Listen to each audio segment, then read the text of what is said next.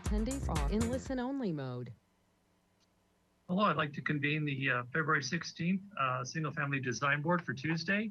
May I have roll call, please? Yes, thank you, Chair Miller. This is Mary. I'll go ahead and take the roll call. We have Chair Miller, Here. Vice Chair Sweeney, Here, sorry.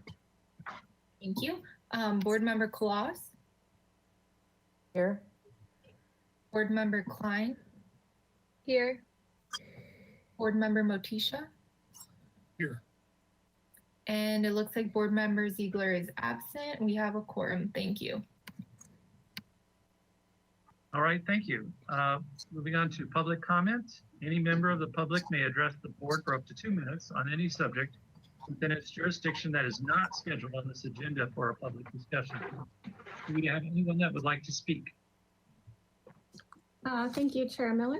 If you are attending by webinar and would like to comment on an item not on today's agenda, please raise your hand by following the directions on screen and clicking the hand icon on your GoToWebinar control panel, which indicates to me that you wish to speak. While we wait for hands, Mary, did we receive any written comment for items not on today's agenda? Thank you, Barbara and Chair Miller. We did not receive any general written correspondence for this agenda. Thank you. Thank you, Mary. We do have 2 hands raised. Let's see, I'd like to call on Sheila Lodge. Going to unmute you. Your microphone is live. You have 2 minutes to speak whenever you're ready. Thank you. Hello, I'm here this afternoon just to introduce myself. I am the Planning Commission liaison now to the Single Family Design Review Board.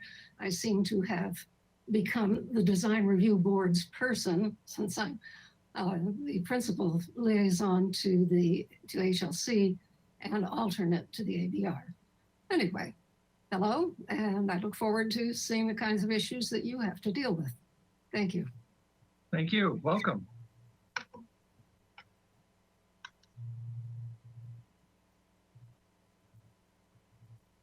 Okay, thank you. I would also like to call on Richard Clausen.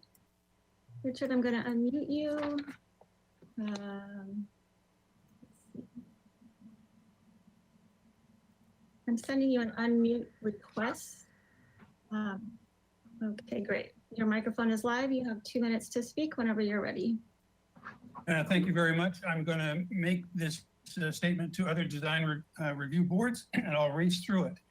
I'm disappointed first at the loss of disclosures of individual correspondence to review boards, and secondly, the announcement before each agenda item of the number of virtual attendees.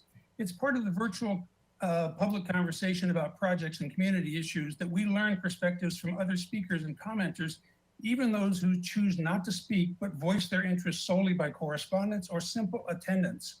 Whether you're a board member or a public attendee, we all gauge the importance of agenda items by attendance. In the old days, we could look at the public audience. Now we need an announcement of attendees for each agenda item. The public voice is too precious not to give it special treatment. We hear a lot today after the insurrection of January 6th about the frailty of democracy and the need to work at it constantly. The same could be said at our local level for a basic tenet of democracy, the speech part. The opinions expressed to review boards and reflected in meeting minutes are the public alert about community viewpoints on projects large and small. To eliminate them from easy and wide distribution impairs the common discourse. I've heard that changes in identification of public commenters and correspondence may have been spurred by the city attorney's office.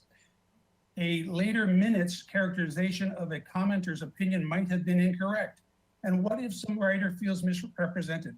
There are remedies for that, and the city attorney knows those well. There are retractions, corrections, and apologies. It's part of the city attorney's job to steer the city clear of jeopardy, but that can be done with a scalpel rather than a hatchet. We pay city employees, including the attorney's office, to deal with them and not squelch them. I request that first, a simple phrase or sentence describing the content of each written correspondence to review boards be announced with the writer's name at the end of each public comment session. Secondly, that the number of virtual attendees present at be announced at the beginning of each agenda item or project, And finally, that the minutes list the names and brief descriptions of each public comment, spoken or written. Thank you. Thank you very much.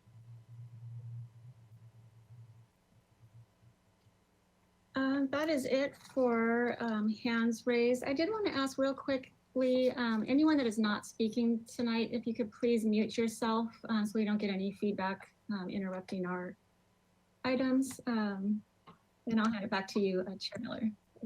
All right, thank you very much. Moving on to item B, approval of the minutes for the Single Family Design Board for February 1st, 2021. May I have a motion, please? So move. May I have a second? I second it. All right, thank you. Let's go through the items. Just scroll down here in the screen and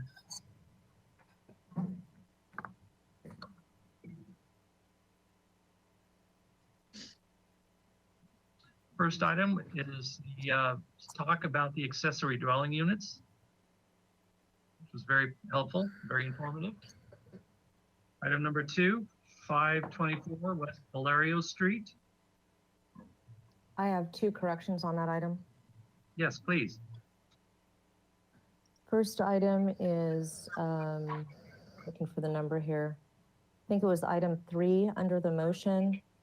And that was that there would be either 2 double hung windows flanking the bed, or that the ones over the top of the bed would be awning or hopper windows. And then under item 7 of the motion, it should say consider changing fencing from chain link rather than to chain link. Fencing material at the front of the property to a material that is more consistent with the Craftsman bungalow, ...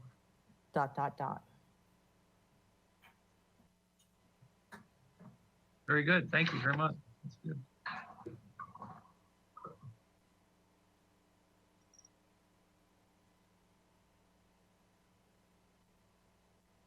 So noted.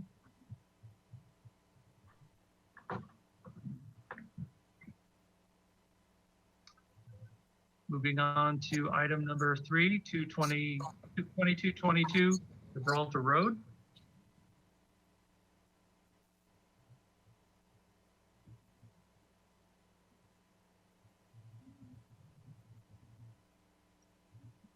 Item number 4, 135 Palisades Drive.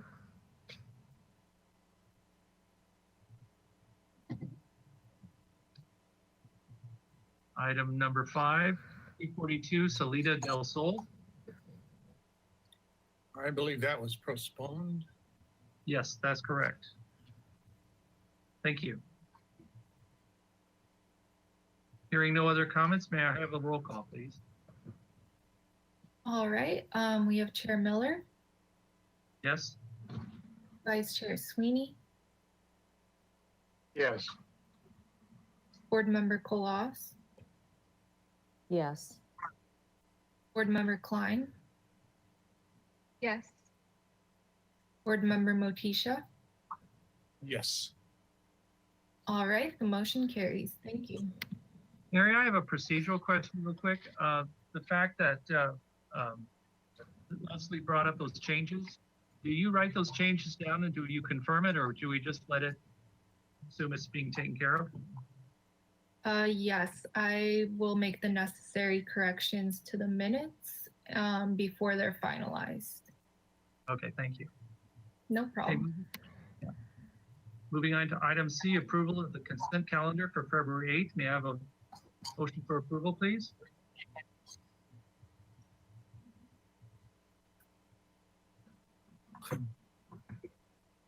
Hello? So move. Who was that? So move. Joseph, okay. Do I have a second? Second. Thank you.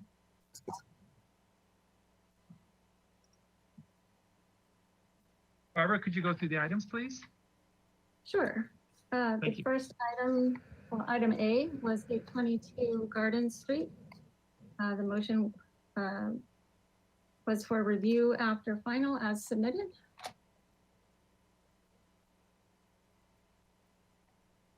I believe that was our only item. Okay, We Yes, and the reviewers were board members Motisha and Klein.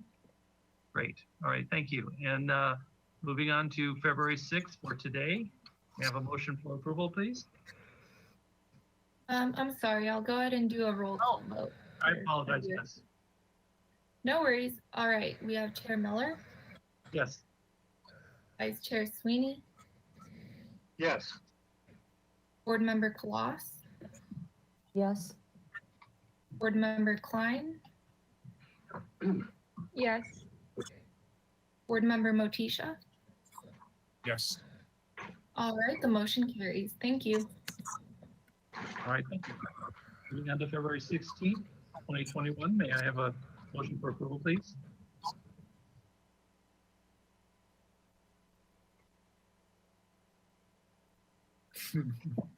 All right,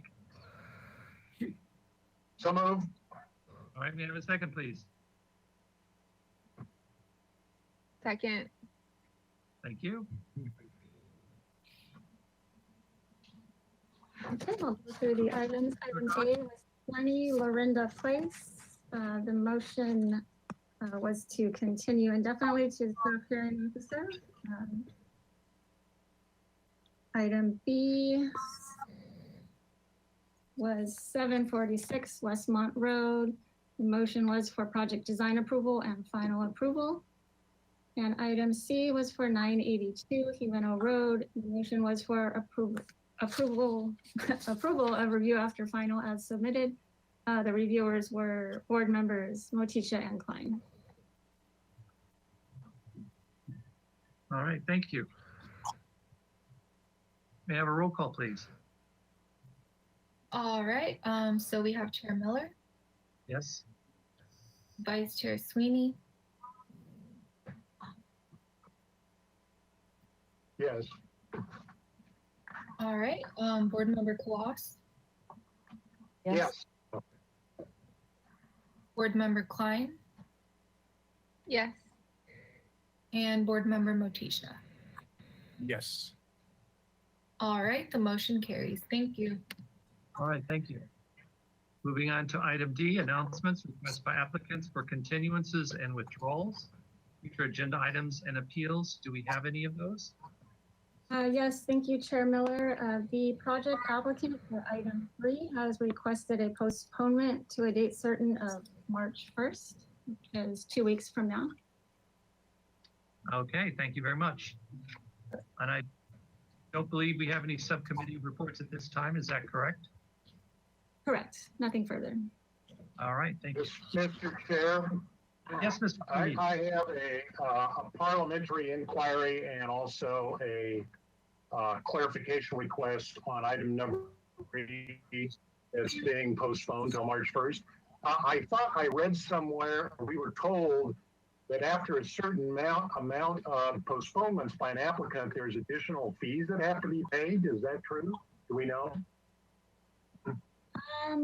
I could look into that, Board Member Sweeney. The first postponement was due to a incorrect notice.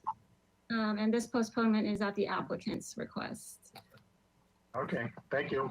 And then the point of parliamentary inquiry is 2 things. One is I've dusted off my copy of Robert Rules of Order, copyrighted 2011. There may be a better update, but I understand we conduct our meetings under Robert's Rules of Order. So I have two inquiries which, Barbara, you may need to do some research on.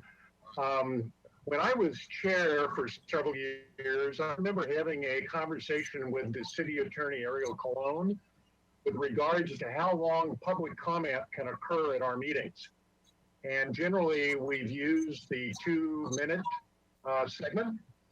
But in discussion with him at that time, he indicated that, no, you as chair can extend that time, or you as a board can extend that time, probably without any concern up to 3 minutes. But it's up to how you conduct the meetings. The reason I'm asking this question on the other two review boards, this in some cases has become an issue with the public being able to say what they need to say. So if we could get some clarification on that issue, that would be most helpful. And then my second inquiry is, according to Robert's Rules of Order, the minutes that are taken for this meeting, and this is not any reflection on Mary. Mary does exactly what she needs to do, and she does a wonderful job at it. But I think we've been told that these minutes only reflect action items. But if I read Robert's Rules of Order under Chapter 11, I think it is, it says there needs to be a detailed set of minutes that discuss or that document what was said, not what was implied, but what was said. So that, for instance, one of the things we observe when we watch city council, the mayor requires each council person to indicate how they're going to vote on a particular item once discussion is done, either for or against, and the reason why. Now, we've been told that the council doesn't operate under Robert's Rules of Order. They're under a different set of rules. But according to Robert's rules, I don't believe our minutes are being kept the way that it describes in that Robert's rules. So I'd like someone, maybe perhaps the city attorney's office, needs to clarify why we don't get more detailed set of minutes. Because when you go back and have to look at why we made decisions the way we made, particularly when projects move on for review at Planning Commission or the City Council, say in an appeal, none of that information is in there. And so I think that's a potential issue going forward. So Barbara, if you could maybe dig into that a little bit and find out what, are we doing it the right way, or are we not following all the Robert's Rules of Orders criteria? Thank you. Sure. We will we'll inquire with the city attorney's office on both of your questions and get back to you. Thank you. Thank you, Mr. Sweeney. And the quick thought I have is, once you said that, is that the fact that these are recorded, maybe they include that as part of the agenda or the minutes, because everything we say is recorded. But I don't know. Well, that's true, but that doesn't go into the written record that one is referred to every time there is someone questioning what the review boards did. This is not only our review board, it happens at the other two review boards. So, we just need clarification. Thank you. All right, thank you very much. All right, moving on to the first item.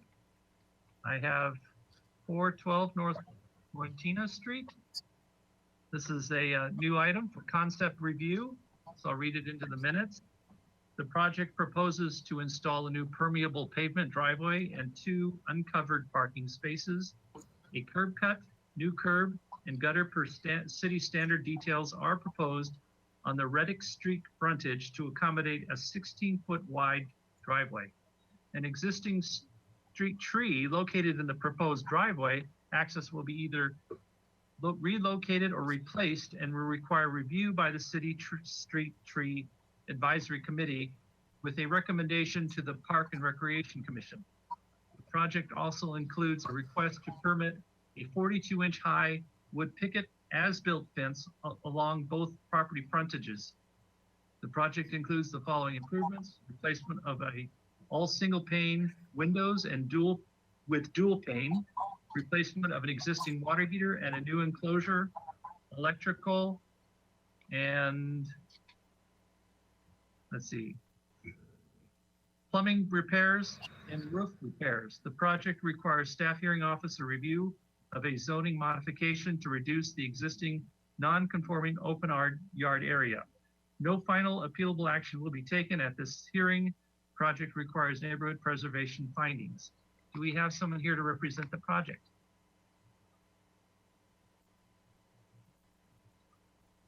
Chair Miller, Ms. Allen is here to represent this project and give you the presentation. I just wanted to let you know this project does have a project planner. It's Tony Bowman, and he is also in attendance should you have questions for him later on. Great, thank you. Welcome, Ms. Allen.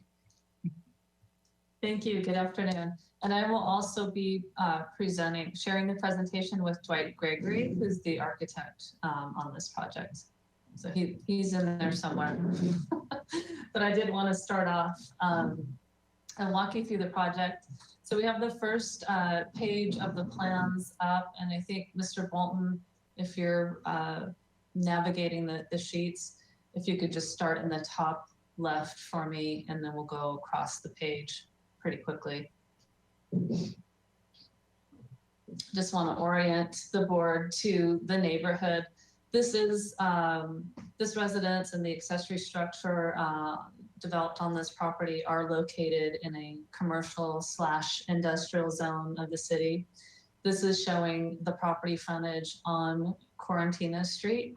If we could just go to the right, scrolling without getting everyone dizzy. Okay, here's the west elevation of the residence that faces Reddick Street. We can keep going. And so this is just a further, more contextual view for you. I'll talk about the trees on the next photo, down one and over to the left.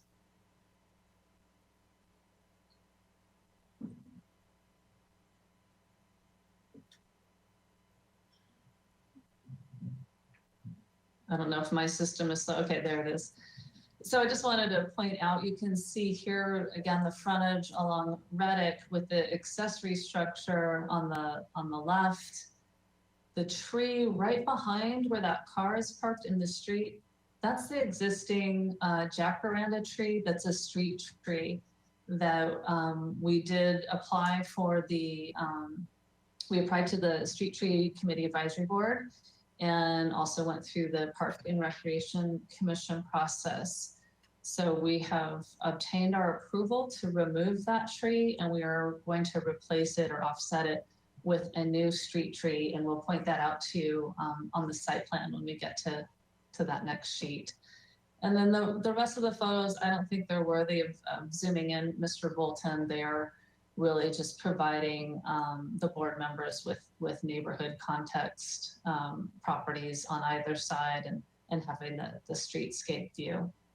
So if we could go to the next, if you have questions, we can go back to the photos. Just trying to be cognizant of the time. So as the chair read the project description into the record, the main goal with the project is to provide some on-site parking for this owner. Not only does he want parking on the property, but also wants to do some just general repair and maintenance. And Mr. Gregory will walk you through that. So when we look at I guess we could focus in on the existing site plan, Mr. Bolton. You can see this is a very constrained lot. The lot area is less than 3,500 square feet. The area between the residence and the accessory building constitutes a non-conforming open yard. It's just over 600 square feet back there.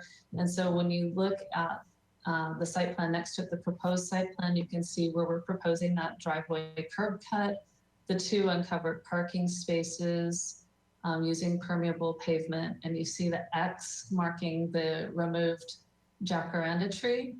Again, the new proposed Brisbane box, just let's see, what direction would that be? Below, below the driveway, kind of closer to the residence. Thank you. That's the proposed replacement street tree. Is there a question about that? Okay.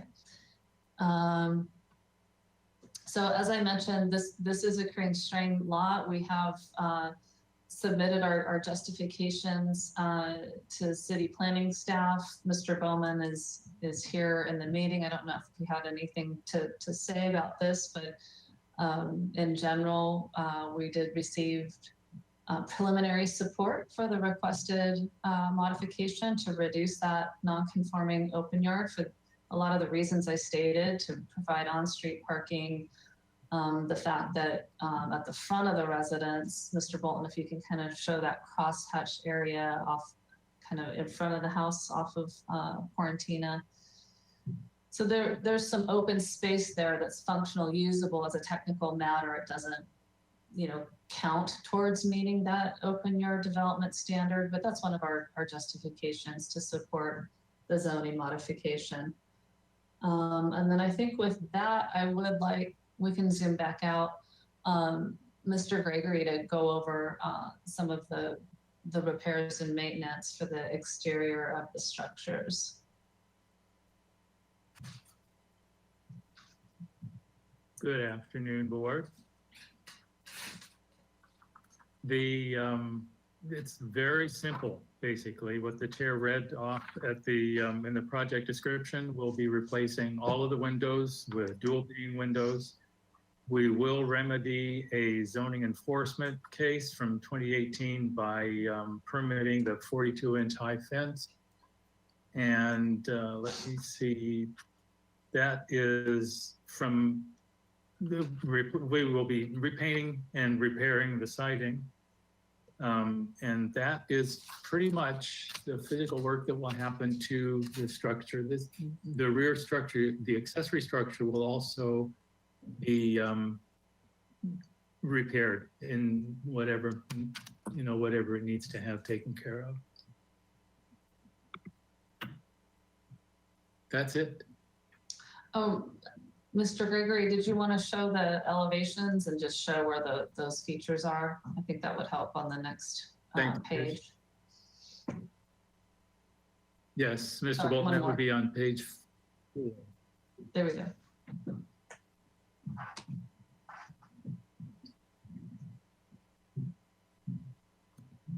They're taking a bit to load on my screen. Basically, the notes on the elevations just reflect the list that I went through. New windows, re-roof, replace the water heater, and do any other maintenance and repairs on the building that are necessary. And then we have the next sheet in the plan set just shows a couple perspective views. We don't have the tree species exact. I'm saying that for Ms. Klein, but really just so that you can visualize, where that replacement tree is. That would be in the bottom panel near the corner of the residence. That shows the replaced Brisbane or a new tree, I should say. And then the outline to the left of that is the jacaranda that's being removed. But really, I think that as you're traveling up and down the street, the top 2 panels show, really you're going to see these structures before you really see anything else on the property, unless you're, exactly opposite across the street. And I think that's it for our presentation. Of course, there's a lot of details with this project. We're happy to answer any of your questions. But yeah, Dwight, is that it for us? I believe so, yeah, thanks. Okay, thank you. All right, thank you. Barbara, did we get any public input? Thank you, Chair Miller. If you are attending by webinar and would like to comment on this item, please follow the directions on screen and raise your hand by clicking the hand icon on your GoToWebinar control panel, which indicates to me that you wish to speak. While we wait for hands, Mary, did we receive any written comment on this item? Thank you, Barbara. We did not receive any written correspondence for this item. Thanks. Thank you. Excuse me, Chair Miller. Yes, Tony, So yes, I wasn't sure if you could see me or hear me. I can, right there. With your Okay, map. very good. Could I please be allowed to make some staff comments right now? Yes, you can, please. Okay, thank you.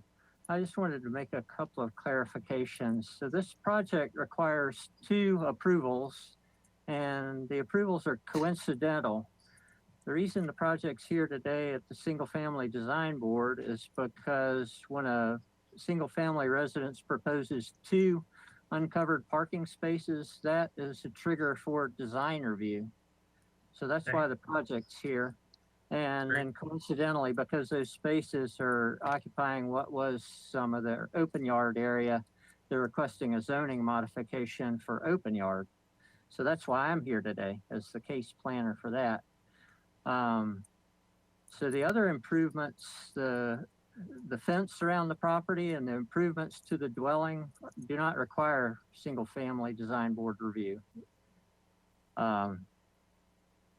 So the board's purview today would be to consider the uncovered parking spaces in terms of the aesthetics and the proposed driveway materials and whether or not the parking spaces should be screened in accordance with the guidelines. One other thing I'd like to point out is this project's probably different than most of them that come before this board because it's in a manufacturing industrial zone, which does not allow residential use. But, you know, there's plenty of old houses that preceded that zoning ordinance in the industrial zone. So you don't see very many dwellings in here. The reason I point that out is in terms of your consideration of neighborhood compatibility and neighborhood preservation. It might be a little bit different in this case, just for your consideration. I think that's all I had right now, but I'm here for questions. Very good information. Thank you. All right, thank you. Mr. Chair, can I clarify one thing I thought was a tiny bit confusing? Yes. In this zone, thank you. In this zone, we cannot propose new residential units or, you know, accessory dwelling units. So it's okay to continue a residential use for a non-conforming structure. So I'm kind of just restating with what Mr. Bowman just explained. Right. Thank you. All right, thank you. Any other comment? If not, I will bring it back to the board. Welcome, Mr. Ziegler. You're here. I can't hear you. Can you unmute yourself? I just want to verify that you've heard the whole presentation so that you can be included in the dialogue.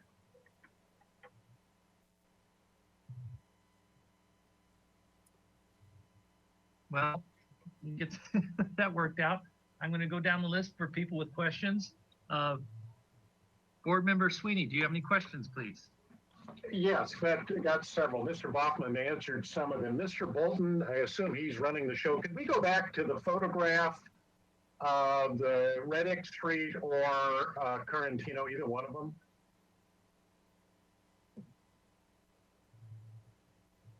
Just so it reminds me. Okay, thank you. So, Mr. Bachman, has this received preliminary zoning review? Is that what I understand? Chair Miller, Board Member Sweeney, I have conducted a modification pre-consultation review. Okay. So we gave the applicant some feedback on staff supportability in terms of making the required findings to approve a modification. Staff supports the request. We think providing on-site parking for this house is an appropriate improvement. And there's really nowhere that parking could go on site except where they're proposing it. Okay. I understand that, and I think that answered my question. And then secondly, I forgot to look at the detail on the submitted sheets. Is this an R-MH zone, or no? It's strictly commercial. It's not commercial. It's really industrial zone, manufacturing and industrial, the MI zone. But it's not an RMH zone. Okay, thank you. No, and this MI zone is the one zone in the city that doesn't allow new residential uses. The existing residential uses may be continued, like Ms. Allen said. Okay, and so then, and this gets to the area we're looking at, is there unlike in residential areas, is there a restricted size of an accessory building? Or can they be as big as they need to be? It's the same. The zoning standards, the development standards are for single family development. So it would apply to single family development in any zone. So how big is that for accessory buildings? Is it limited in size to be called an accessory building? I think they're just identifying it as what it is. I mean, it's an Well, existing. I understand that, but if there is a restriction on accessory sizes in residential zones, that's how it's being judged. Would we get more open space if that accessory building was smaller? I guess that's my question. Well, it's a legal non-conforming building. Okay, so it's going to be accepted as legal non-conforming, irregardless of its size. Right. Is the answer? Okay, great. Right. Thank you. All right. And then, so in the parking area, the cars that are shadowed in are on my screen white, the footprint of automobiles, the 2 parking spaces, they appear to be greater than 10 feet back from the property line. Maybe I don't see the dimension. Back into the car spaces. The answer is yes. It's 10 feet, correct? More or Yes. less. At least 10 great. feet. Okay, great, thank you. And then, so we're not to review the rehabilitation of the house itself, correct? So it's just, our review is just to that paved area and the 2 parking spaces and the driveway, right? That's right. And also, according to the project description, the fence is not greater in height than 3.5 feet, so it does not trigger single family design board review. Right, because that's the photograph you showed me. Okay. They'll need to get it permitted. They'll need to get all those improvements permitted with a building permit, but they don't require design review. Okay. Last question on the parking, given this particular neighborhood and how impacted it is with parking and all the other uses, at nighttime, I've been down there at night, it's pretty dark down there. Will they be allowed any lighting for that, or safety lighting for that parking area? Sure. I mean, in accordance with the outdoor lighting ordinance and outdoor lighting guidelines, certainly. Okay, and so to the designer, is that something they've been thinking about or no? Not at this point. Okay, thank you. All right, those are my questions. Thank you for the suggestion. All right, thank you. Board Member Colas, do you have any questions, please? I think most of my questions were answered by, either Fred or staff. My primary question was whether this would be a candidate for a future ADU conversion from that existing accessory structure.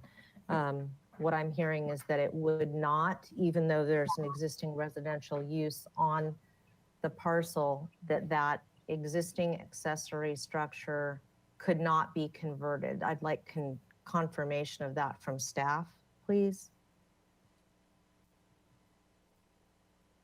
Board Member Colas, yes, I can confirm that's true. Okay. Good question. No other question. All right, thank you. Very good. Board Member Klein, do you have any questions, please? Yes, do you have the spec of the permeable paving selected yet? No, not yet. And then the other question was, do you know the size of the new street tree you're gonna put in? It's 15 gallon, I believe. That's correct. Thanks, that's all my questions. Thank you. Board Member Motisha, do you have any questions, please? Yes, I have one question. Tell me if I'm wrong or if I'm right. If the existing house, which is grandfathered in, sits within the setback, which this does, aren't we required to give it a, aren't we required to look at it and give it our approval that we allow it to set within the setback? Tell me if, Board Member Matisha, that's a very good question. It depends on the type of improvements that are proposed to the building. If they're not expanding the footprint or increasing the height above certain limits or reconfiguring openings like window openings and door openings and that sort of thing, it probably would not, it'd probably be improvements that would be allowed in the setback of the existing building. but still, wouldn't there be a motion to allow it, just a procedural motion to allow it to remain in that setback? No. And because those items are in the setback, that doesn't trigger design review on its own. There's just certain improvements that you can make to a non-conforming building within the setback. Seems like every house that we've looked at that asked for any changes, which this house is asking for some changes that we had to approve. Like I said, it was just procedural language that we had to approve the fact that it was indeed sitting in the setback. And this house is indeed sitting in the setback. I'm kind of compare it to a lot of other projects we have, and constantly we're making motions that, oh, yes, we see it's a foot inside the setback, we're going to approve that foot. And we've gone through a lot of projects that didn't require anything done to the house, but the house was sitting a foot into the setback, and we had to make an audio verbal approval of that setback. I may be wrong, but I'm voicing my question. Well, I mentioned earlier, Board Member Matisha, that this project's probably not like the typical project that comes to this board. I think most of the projects you see are in the Hillside Design District, where any of the exterior changes require design review. But like I said, the location in the setback, certain improvements are allowed, like what they're proposing here. But this project otherwise, other than the uncovered parking, wouldn't be before the board because it's not in the Hillside Design District. And it's not two-story. I guess I'm looking at a lot of exceptions that I don't know anything about. Okay, I will pass on any other questions. Thank you. All right, thank you. Board Member Ziegler, can we hear you? Do you have any questions? Speak up, Jonathan. Yeah.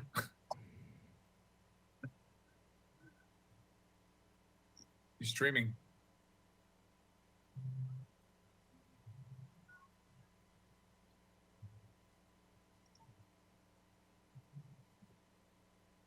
Well, we'll get back to you. I'm going to go back to Chair comments. Miller, Yes, may I ask one more question? sure. What Oh. are the typical, this is a question for staff, what are the typical setbacks in this area? I know that they're shown here on the plans as 10 feet from both, I'll call it front yards. That surprises me in an MI zone like this. It seems like this would be closer to a 0 lot line condition. I developed a parcel in a manufacturing zone. It was years ago, grant you, but that was a 0 lot line condition. Good question. Board Member Kalas, for a residential building in a non-residential zone, the zoning ordinance refers you to the RMH standards, the multifamily setback standards. It would be different if this was a mixed-use building or a non-residential building, then it would not have any required setbacks. Thank you. Welcome. So, so I'm up. Jonathan, can we hear you? You came back. Are we still? Okay, I can't hear you. So my question, kind of a follow-up so that I can kind of clearly, because Mr. Motisha, Leslie brought it up. So if it was not a house, if it was a commercial building, then it would have the 0 lot line. But however, because it is residential, it falls into the archaic setback of a residential setback.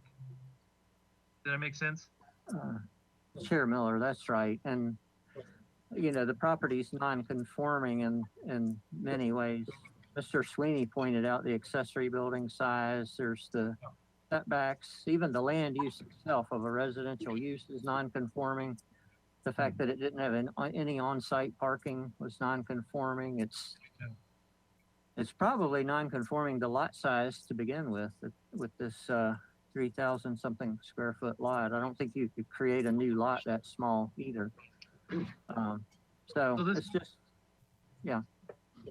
Mr. Chair, Yes.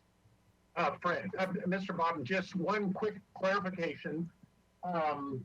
If this is treated for the setback issue under R-MH, as you just indicated a second ago, I think, I'm open to that page right now in the zoning, the new zoning code.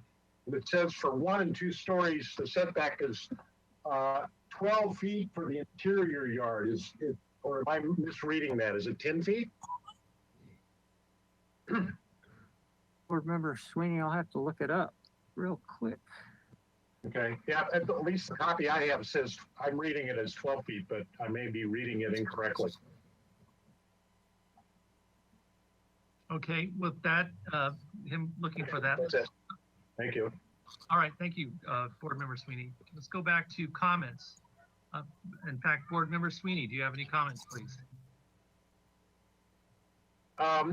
No, only that it's unfortunate we can't find a way to get more open space. But my suspicion is this may not be a single family residence for long, given the pressure to find manufacturing and industrial space down in this neighborhood probably weighs fairly heavy on the value of this property. So I would suspect at some point in the near future, it's probably going to be turned over as an office or industrial site. So it's unfortunate, but that's kind of where it is. Thank you. Thank you. Board Member Colas, do you have any comments, please? No, I would be willing to support this. I think getting the parking off the street for the residential use would be advantageous for the neighborhood. All right, thank you. Board Member Klein, any comments, please? Yeah, I would be in favor of this as well. It makes sense. It's more an industrial area. It's an addition of parking for the owner. It makes sense. The permeable paving that's required and keeps it permeable, which is great. The other thing is I'll leave it up to Street Tree Committee, but I would support a 24-inch box for the new tree instead of a 15-gallon, just because the one that's being removed is a bit larger. Thank you. Board Member Motisha, comments, please. My comment, other than I support this project, I don't have any other comments. Thank you. All right, thank you. Board Member Ziegler. City staff, can someone help Jonathan maybe get his technical issues worked out? We're trying to work with him, Chair Miller. We are. Okay, all right, thank you. I don't have any other comments, but the only thought I have, it's kind of a quirky thing about this town. It's probably a little higher than normal in a lot of small communities. Is we've got a lot of situations where there's a lot of industrial and then you see a little private home popped in the middle of it. That's been there since the last century. So it's kind of a cute, quirky, charming thing about this city. And I tend to agree with my fellow board members. I would support this too, getting the parking off the street. So I think it's a positive contribution to this unusual situation. With that being said, they're here for comments only, I believe. So would someone like to entertain a motion, please? Mr. Chair, I'd be happy to make a motion, but I need some clarification. Sure. Does this applicant need a motion for the staff hearing officer modification that's listed in the description with our aesthetic comments? Or do we just make a motion with comments only? Chair Miller, Board Member Sweeney, we just need your comments on the appropriateness of the 2 uncovered parking spaces. And that you're okay with the design of it and its compatibility with the neighborhood, just the aesthetic comments pertaining to the 2 uncovered spaces. And that's it. Okay, thank you. Okay, so Mr. Chair, I'll make a motion that we provide comments only, that the board review the 2 uncovered parking spaces as proposed on whatever sheet number that is, and found it acceptable, including the permeable paving and the general area, that we would support consideration to the Parks and Recs Street Tree Committee that the box size be increased to 24 inches. And I think that's the motion. All right, thank you. Do I have a second, please? I'll second that. I think Leslie beat you. All right, may I have a roll call, please? I must be in an echo. I was a good 2 seconds before her. I'm probably in an echo. I'm probably in an echo chamber. All right, this is Mary. I'll go ahead and take the roll call vote. We have Chair Miller, Yes? Vice Chair Sweeney, Yes. Board Member Colas, Yes. Board Member Klein, Yes. Board Member Motisha. Yes, with an echo.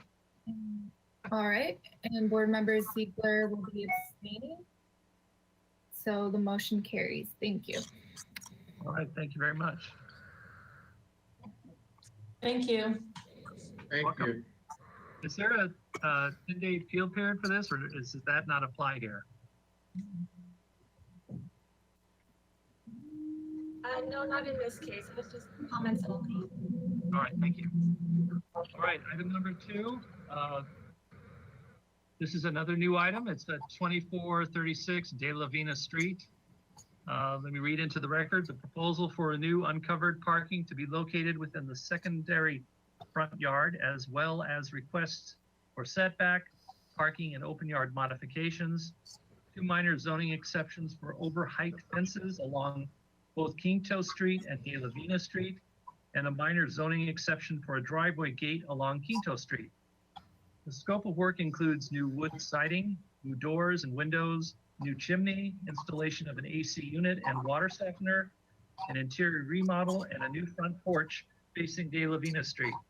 A waiver from the Public Works Director for the proposed driveway gate, and a waiver from the Single Family Design Board for reduced screening for the uncovered parking is also requested.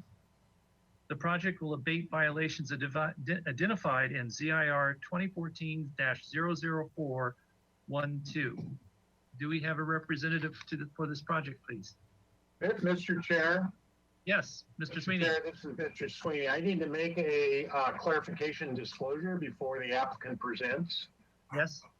I live on Quinto Street, but I live on the mountainside of State. So this particular property is beyond the 300-foot radius required under state law for a conflict of interest. And in fact, it's almost 1,000 feet from my property. So I just want to make sure the applicant and the public understand that. Thank you. Thank you, Mr. Sweeney. Hello, Mr. Strauss. Yeah, that's right. So yeah, we're here. We're presenting the project. So there's Catherine Strauss, my wife, and Frank Strauss. We're both owners of the property. There's like one correction to what you were just reading, the scope of work. It's not wood siding. It's like a mix out of like a concrete siding, like that looks like wood, but it's more fire resistant, and part of it is actually wood siding.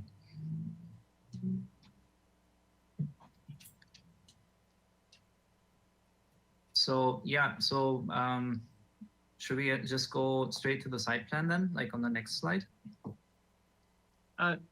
If you can, just go through the project and kind of explain what you're doing, and based Right. on your scope of work, explain it with the drawing. So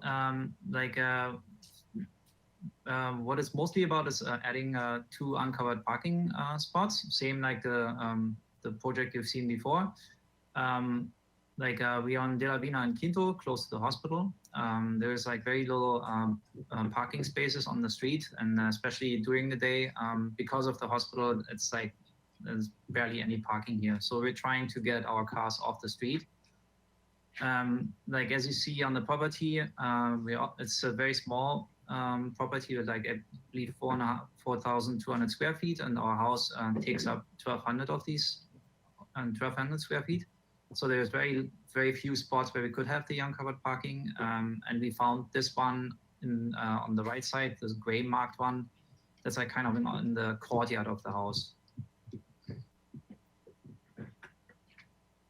So as you see, like we are on one side in the front setback, the house is from 1925, I believe, and on top we are in that we're also in the setback,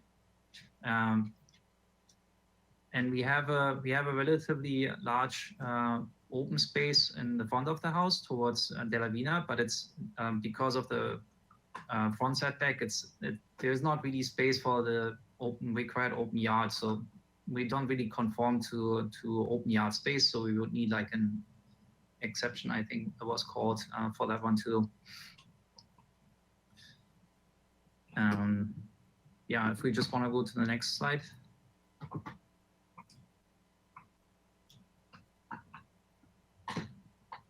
So yeah, that's where you can see the open yard space issue. So we don't really, on the left side, you can see the what we have right now. So we have a little bit of space in that area where we would like to have the parking, but none of it is actually really conforming. So yeah, that's kind of a problem we're facing.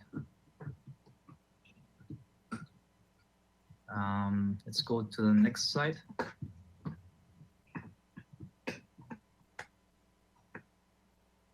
So this just shows the original structure right now as it is, and then on the next slide you can see the proposed elevations. Oh yeah, okay. So the slide after. So here you can see like we want to replace a few windows. I don't know if this is part of the hearing today. We're also going to replace the siding all around the house. And next slide. That's a few interior changes. I also don't think that's necessary for today. So the next slide. So because we are living on De La Vina and Quinto, this is a very loud street, the De La Vina street. So we would like to add a wall around the house, like towards De La Vina and towards Quinto. It's going to be behind an existing hedge, and so we are asking for a 6-foot high wall, and then on Quinto side for 3-foot high, and then the rest is going to be wood slats. Next slide, please. So it's going to load a little bit. Yeah, so this is a few views. So we're not really doing major work. We just want to pretty much like do the best we can for the house. We're not changing any of the footprint. We're just pretty much replacing the old porch that's like falling apart with a new one, and changing some sizes of the windows to give the house a little bit more modern character. And then I believe we have another presentation with photos.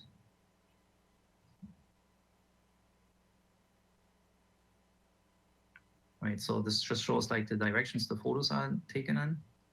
And then we can just go to the photos. So you can see on those, like this is for instance from De La Vina Street, that like the house is in a pretty bad shape exterior wise. It's just very neglected. But like the bones, like the framing and the footing are still in pretty okay shape. We can just go to the next one. That's the other side from, that's the porch. So this is also from De La Vina Street. Next one. So this is facing our neighbors on De La Vina Street. And you can see like this, kind of open space we have in front of the house. Okay, next one.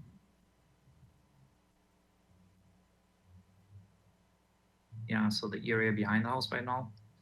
So as you can see, there's like there's just no space for another parking spot, and besides the one that we showed in the site plan. Okay, next one. So that's our neighbors on De La Vina Street and how they see our property.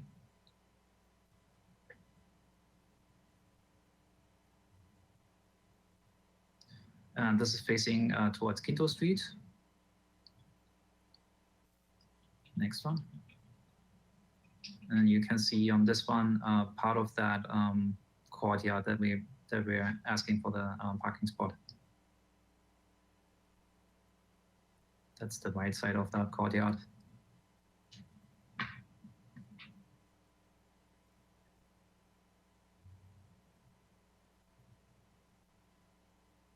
And that's also on the right side, like a little bit further around. It's like very hard with to take photos on such a small property, and because of the hedge, it was not easy to just get everything in an angle. This is like on the left side is the neighbors on Quinto Street. So that shows how close the house is to the to the property line. So this is the Quinto Street, facing Quinto Street. Where the driveway would be. Yeah, exactly. That's where the driveway would be. And so right where that white entrance is, that's where the entrance for the driveway would be.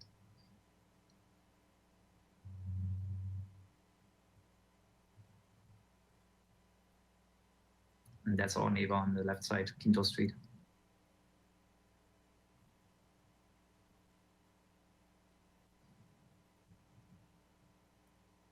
Yeah, another shot neighbor on De La Vina Street.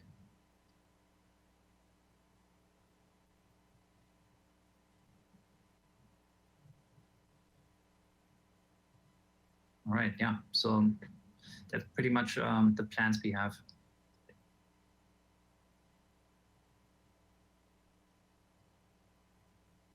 So maybe on like so on this side, when you see on the top left rendering where it says view from Quinto Street, that's where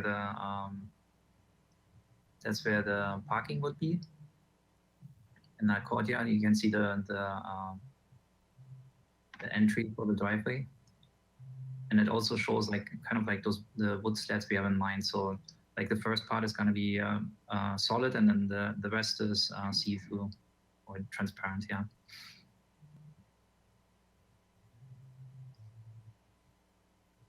I think that's it from our side. All right, thank you. Barbara, did we get any public comment? Thank you, Chair Miller. If you are attending by webinar and would like to comment on this item, please follow the instructions on screen and raise your hand by clicking the hand icon on your GoToWebinar control panel, which indicates that you wish to speak. While we wait for hands, Mary, did we receive any written comment for this item? Thank you, Barbara. We did not receive any written comment for this item. Thanks. Thank you. There are no hands raised, so Chair Miller, I'll hand it back to you for questions. And also would like to let you know the project planner for this project is here. Her name is Stephanie Swanson, if you have questions for her as well. Thank you. All right, thank you. Does she, I don't want to pass her over. Is there anything she'd like to add to this presentation? Is Stephanie there? She is in attendance.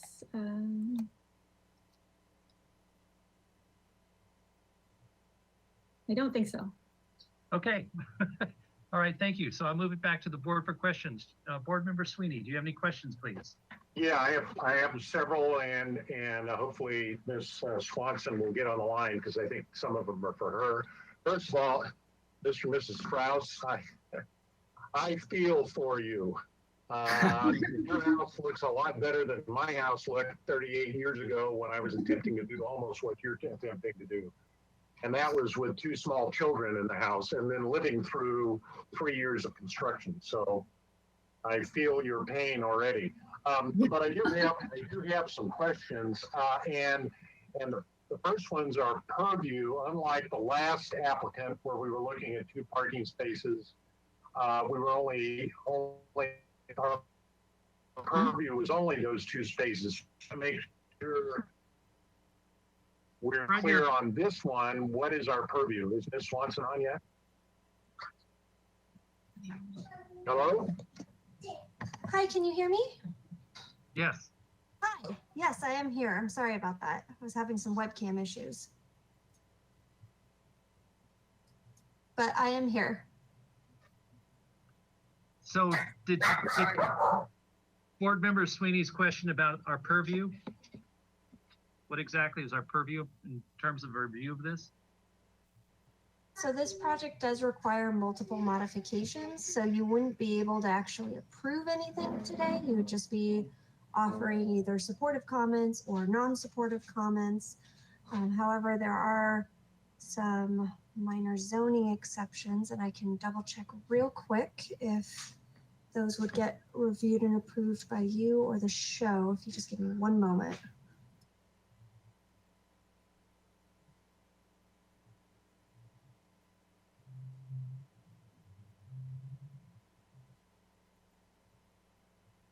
This may take a second, so go ahead, talk amongst yourselves. Okay. Do you have any other, go ahead, Fred. Do you have any other questions while we wait for that one? Or should we, is your next question is predicated on that one? Oh, my computer, Cox Cable, just hit sideways on me, so I lost all of it. Yeah, it's a, you're So, kind of, can you hear me? yeah, you kind of go in and out, but you're good right now. Chair Miller and Board Okay, Member, yeah, Cox is doing whatever it's doing. if it's helpful Hello? to you. Hello, can you hear me, Board Member Sweeney? I'm not Yes, sure. can you hear me? Yes. It's Okay, sorry for the technical. Yeah, No problem. It must be my Cox connection, whatever, it's not working. But I'll try again. Is this Ms. Swanson? Yes, I'm here. I'm just double checking because sometimes when there's a waiver that is typically reviewed by the Single Family Design Board, but there's also modifications that are going to be approved by the staff hearing officer, then those waivers can just be reviewed by the staff hearing officer. But I am not seeing that for any of these waivers or minor zoning exceptions. So Okay, under your thank you. purview is. So I'm a, Okay, Go so ahead. under your purview is the overall design and comments about supportability or non-supportability, the additional fence and hedge height allowances along Quinto Street and then also along De Lavina Street, and then also a driveway gate, and then for reducing the screening requirements for uncovered parking. And then overall comments to the staff hearing officer about the 3 modifications. So open yard, parking, and setbacks. okay, and those, the way I'm reading this, those, unless I missed it, aren't described in this project description. So that was why I was asking the question. So there's three modifications they need to seek. So with regards to the parking, let's go there first. This is under R-MH zoning, as I understand it. And so in that requirement, it tells me to go to required automobile parking locations. And it says on the interior setback, and I'm assuming there that that you're looking at Quinto Street as the interior setback, that automobile parking, uncovered automobile parking may be located 3 feet from the interior lot line. So is that the case? Maybe Mr. Bolton, we can go to the site plan? So this lot is subject to 2 front setbacks, one along Quinto, one along De La Vina. So the issue here is that they're proposing parking in the front setback, not an interior setback. Okay, so is there a requirement from the property line to the back end of the parking spaces?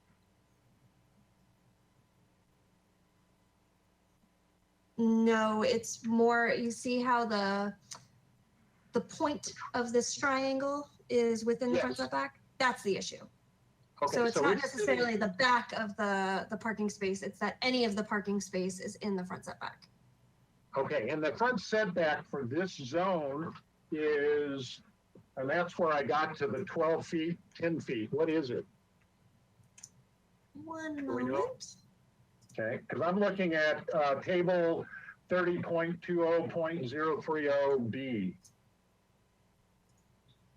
That's where I was confused because it's not real clear to me.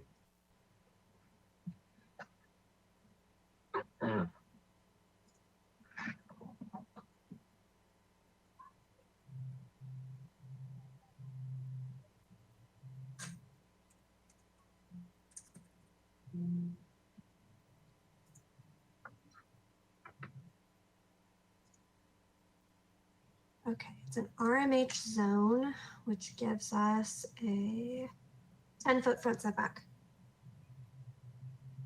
Okay, so it's 10 feet, not 12 feet. Okay, thank you. And then the paving material in the parking area, did I miss that? Is that permeable paving or what is that? It's going to be permeable. Sorry that we didn't. Okay, thank you. Yeah, oh, and then one question, Mr. Strauss, who prepared the drawings? Did you? Yes. Okay, thank you. And then there is a gate. Appears to be a sliding gate as I read the drawings. Yeah. Do we know what that gate looks like in elevation? Do you have a picture or a sketch or? Yes, there's in the elevations it shows, and I think in the 3D views it shows a little better what we have in mind. Okay. But yeah, you can see it here. So there's like these like solid wood slats. Horizontal wood slats. Right. Yeah. Okay, and so it has a steel frame behind it? Exactly, yeah. Okay, so there's solid wood and then there appears to be solid wood and then slats, correct? Above that? Right. So Okay. I believe like why we did that is I think we can go 3.5 feet high or 3.6 feet high with solid, but we want to have it visually line up with the rest of the wall. So that's why we added these very thin wood pieces on the top to just make it visually line up.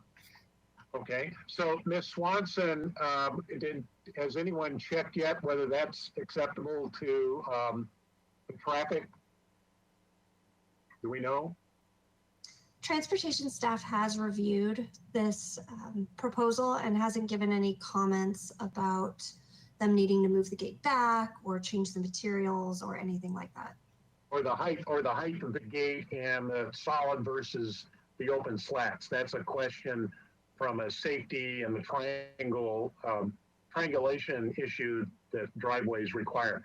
And then to Mr. Strauss, the 2 vertical monoliths to each side of that gate, are those, what are you thinking those material, what is that material? Is that plaster or concrete or what is that? Right, like it's, God, how are they called? Like those, like those bricks, like the big ones. Oh, so it's a concrete masonry brick. Yeah, so it's supposed to look like concrete, but Okay, all right. And then the existing hedge, and I walk this area quite often, at least once a week on my dog walk. And so I'm familiar with this corner, I'm familiar with the house, familiar with the hedge. The hedge appears to be higher, in my estimation, than 8 feet.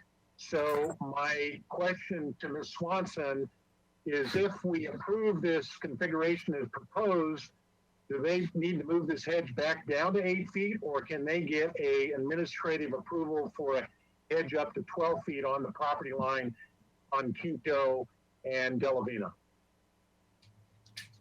So it wouldn't be an administrative exception because this is Title 30. It would be a minor zoning exception reviewed by you guys. And let me double check here. They are requesting a minor zoning exception for hedge heights along both De La Vina and Quinto. So Could be higher than 8 feet, correct? let's see, they're allowed Board three. members, They're allowed at 8 feet. It's, I think they're not allowed with some approval once they get past that, correct?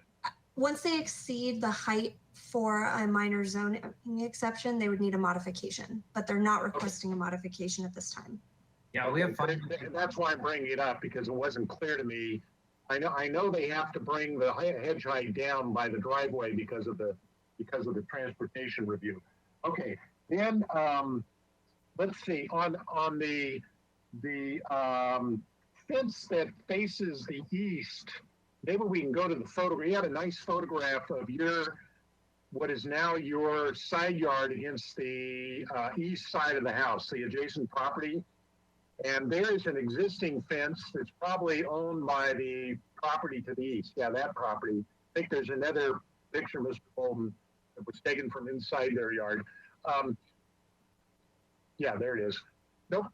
Well, you can see it there in the back. But so my question to Mr. Strauss is, are you going to put your new horizontal wood fence, which I believe you said was 6 feet high, in front of that existing neighbor's fence? Is that the intention?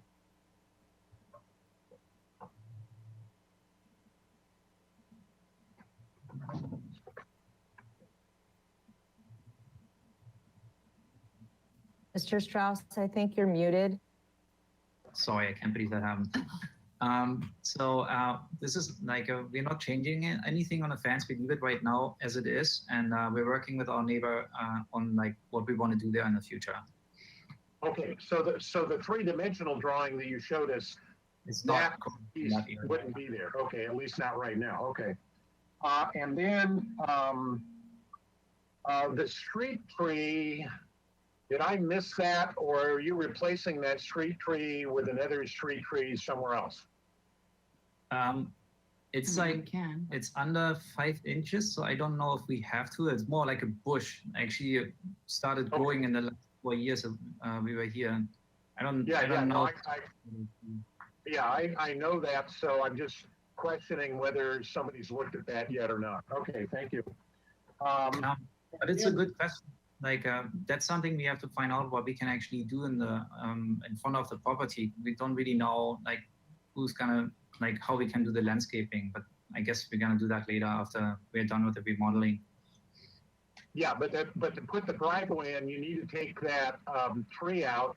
And so the question is, does that get reviewed by somebody just like you saw in the last application just before you? It's not reviewed. If it's smaller than so many inches, it may not be an issue. I just want to make sure you're not caught. Let's see. And then you mentioned that on the inside of the hedge that's on Quinto and on Delavina, you're going to build a wall. Right. Did I hear you correctly? Yeah. So it's going to be the same, like those monoliths you saw earlier. It's the same structure. So I think it's going to, darn it, I just had the name for the, oh yeah, so it's cinder blocks. Okay, so it's a cinder block wall. Is it going to be painted or plastered over, or the cinder block that will be exposed? Yeah, plastered over so it looks like natural concrete. Okay, so it's going to get plastered and painted or color plaster or whatever. Okay. And then have you thought about exterior lighting, particularly in the proposed parking area? Have you figured that out yet? Absolutely open to it, but haven't figured it out yet. Okay, because one of the things that ultimately we'll be looking at is what's mounted on the building, and then if you have any landscape lighting that goes in here. And I noticed the yard is pretty spare at this point. I'm assuming if you're like me, the budget is really a pain at this point. But one of the things the board will look at or want to look at is whether or not you execute now or later, is whether or not you intend to landscape the yard. Yes. And we'll want to look at the landscape plan. Right. Yeah, Okay. and that is depending a lot on if the parking gets approved. That's gonna change a lot, Okay. like what we're actually gonna do with the house. Okay, understand. And then final couple of questions on the material you talked about on the siding. I think I understand what you're proposing. On the windows and doors, the material, what is your thinking there yet at this point? So there's like from Anderson, there's a recycled material. It's like it's kind of like a wood mix, like that comes out of the production of their wood windows. It's called A100 the line. Okay. So it's not wood windows, but it's recycled from wood windows. Okay, and then do you have to paint it or does it have a cladding on the outside? It comes in bronze metal in bronze, like in the. Oh, okay. All right. Okay. And then maybe I didn't hear the roof is going to be redone or just patched. Not at this point, because the roof is actually in pretty okay shape. It's going to be patched on where we remove the porch, but I think we don't have to replace it. Okay, and the porch, the front porch that faces Delavina is basically a new concrete structure. Yeah, so concrete for the lower portion, and then the rest is going to be done with wood and cladding of Corten steel. So that's gonna get that rusted look and should blend in really well with the bronze windows. Okay, so the Corten steel is the canopy itself. No, it's just gonna be a cladding on the columns. Oh, okay. Okay, gotcha. Okay, thank you. Let's see. I think that's all my questions. Let me just check my notes here. Okay, that's it. Thank you. Thank you. Thank you. Board Member Colas, do you have any questions, please? I don't think Fred left anything for me to ask. I guess I would just encourage you to start thinking about colors. If you're going to be redoing all of the siding, it sounds like you are already locked into a color for the windows and doors. So I'm assuming that that and your existing roof color will drive your color choice for the home. I have a lot of notes here. Can you just remind me of what type of siding you're planning on using? I missed Right. that. I know that Mr. Sweeney had mentioned that he knew what that was, but I didn't hear that. So if you go back to this picture on the top left, you can see actually both kinds of siding. So in the driveway area, we're thinking about IPwood. So it's like IPE, like I think it's pretty common, right? So that's going to be horizontal wood slats. You're And talking about, gonna, I'm sorry, I think Ipe. it's typically pronounced Ipe. It's a very dense hardwood. right, yeah. And so that's only going to be in the driveway area. The rest of the house is going to be hardy siding, and it's like a concrete product. So it's more fire resistant, but it's going to look exactly like wood siding.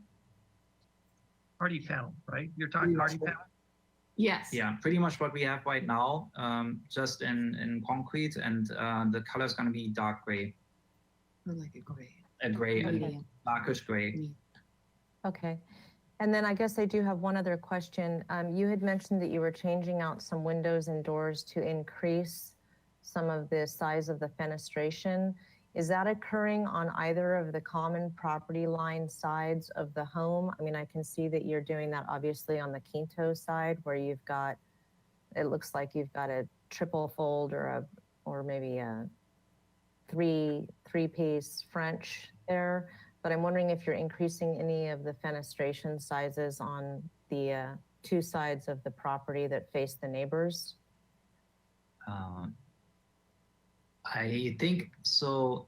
On the Delavina side, where could we see that? Like, I mean, we're showing the elevations for both properties, and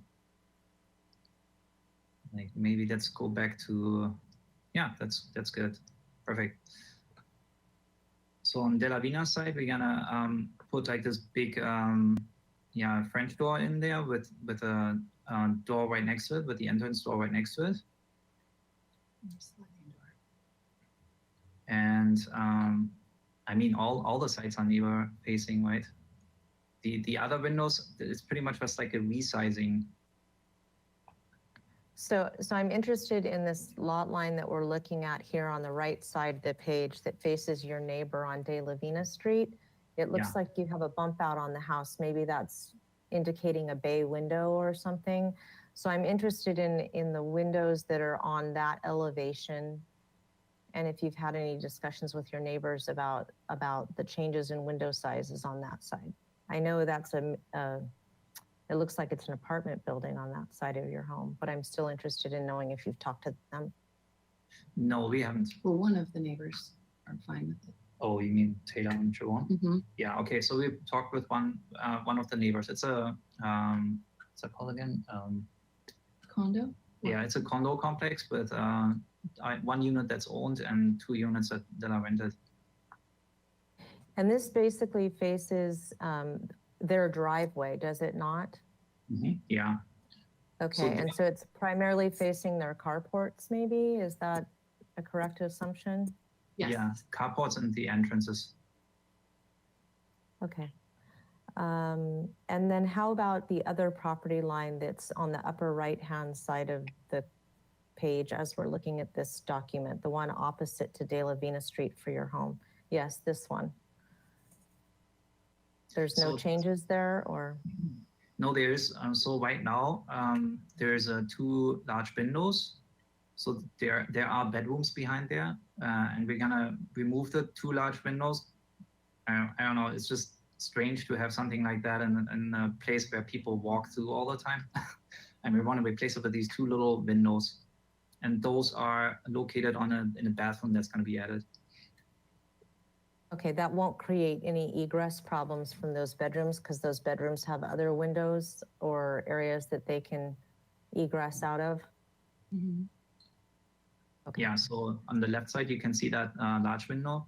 So the window that's in there right now is a little smaller, and we're going to replace it with a much larger one to make up for the, Okay, to not- those are the only questions that I have at this time. Thank you. Thank you. Thank you. Board Member Klein, do you have any questions, please? No, not at this time. Thank you. Board Member Motisha, do you have any questions, please? Yes, I have 2. First one is, I think we've discussed it as those, I think, Board Member Sweeney referred them as monolithic structures on each side of the proposed driveway. I thought the law was pretty, or the zoning law was pretty adamant about the fact that there can't be anything higher than 4'6" or no 3'6" on from 10 foot to the 10 foot away from the driveway. Those seem to me like they're just right in the way of anybody seeing a car coming out of there. So why are they? I don't understand why. I can understand why they're there because you have a gate that has to be. Does a gate have to be suspended off those 2? And to me, they look about 5 to 6 feet tall. I don't know how, it doesn't say how tall they are, but it's a lot taller than 3'6". Right. And I don't understand why they're there, either aesthetically or zoning wise.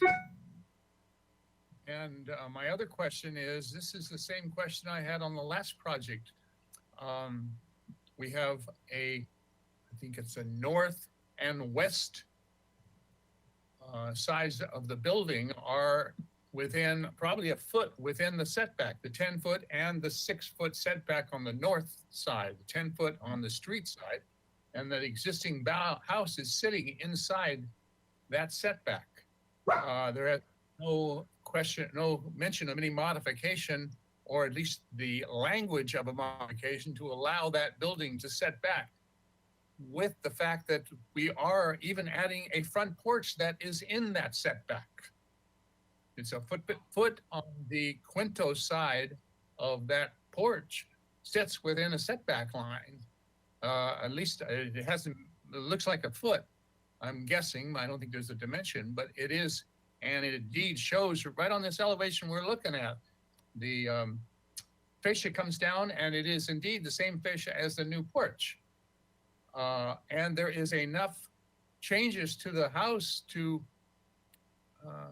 require at least some wording that says, oh, we are putting additions to a house that is setting within the north and the west property line or setback lines. Those are my things. I'm not clear with I think you've got good questions, but I'm kind of lost in them. Why are you lost in them, Mr. Board Member? Chairman. I'd like to, so I guess your first question was, Stephanie, can you comment about those tall pillars for the gate? Are those allowed? Because what Joe is saying is it looks like they exceed 42 inches, and that seems like that shouldn't be allowed. But the second question, I'm not clear if someone else can, because I think these are important questions. With the pillars, this is Stephanie, with the pillars, they are allowed with the MZE that the applicant is pursuing. What's an NZE? Minor zoning exception? Okay. That is allowed in the minor zoning exception. I just don't agree with that. I mean, that's a major zoning law that is put in place to safeguard the public. I would stick to questions, Joe. I get what you're going, but just stick with questions. We'll come back to comments. Mr. Chair. Yes, Mr. Fred. Chair. Yeah, maybe we can pose the question. I thought I asked that question and I'm not sure I understood the answer. Has this gate configuration, including those, what we're referring to as pillars or monoliths that appear to be taller than 42 inches, has this been reviewed by transportation? Yes, it has been reviewed by transportation. It requires a minor zoning exception and a waiver from the Public Works Director for its location. Okay, and was there any comment about the height of these two proposed columns or plinths that are on each side of the driveway? Was there any specific comment by transportation? Transportation staff has not directed the applicant to reduce the height. Okay, so they've approved it the way it looks. It hasn't been approved. At this point, they're supportive. The Public Works Director does minor zoning exceptions and waivers during the building permit process, unlike minor zoning exceptions that are processed by the Single Family Design Board that are done during the planning process. So they haven't been approved, but they're supportive of it. Okay, so this board can make comments either supportive of or not supportive of those two elements, correct? You can, but ultimately the decision is the Public Works Director. Okay, thank you. Okay, I will state, please, I'm not in support of those two monolithic members on each side of the driveway. And it's the first time I've ever come across this happening in any of the houses I've ever remodeled, been on this board, or seen, as I could go on forever where I've been involved. Hold on, Joe. We're in questions right now. Hold on. Keep this in questions and then you can make that as a comment, please. Oh, you want me to wait 15 minutes while I forget what I'm talking about? Okay, I will.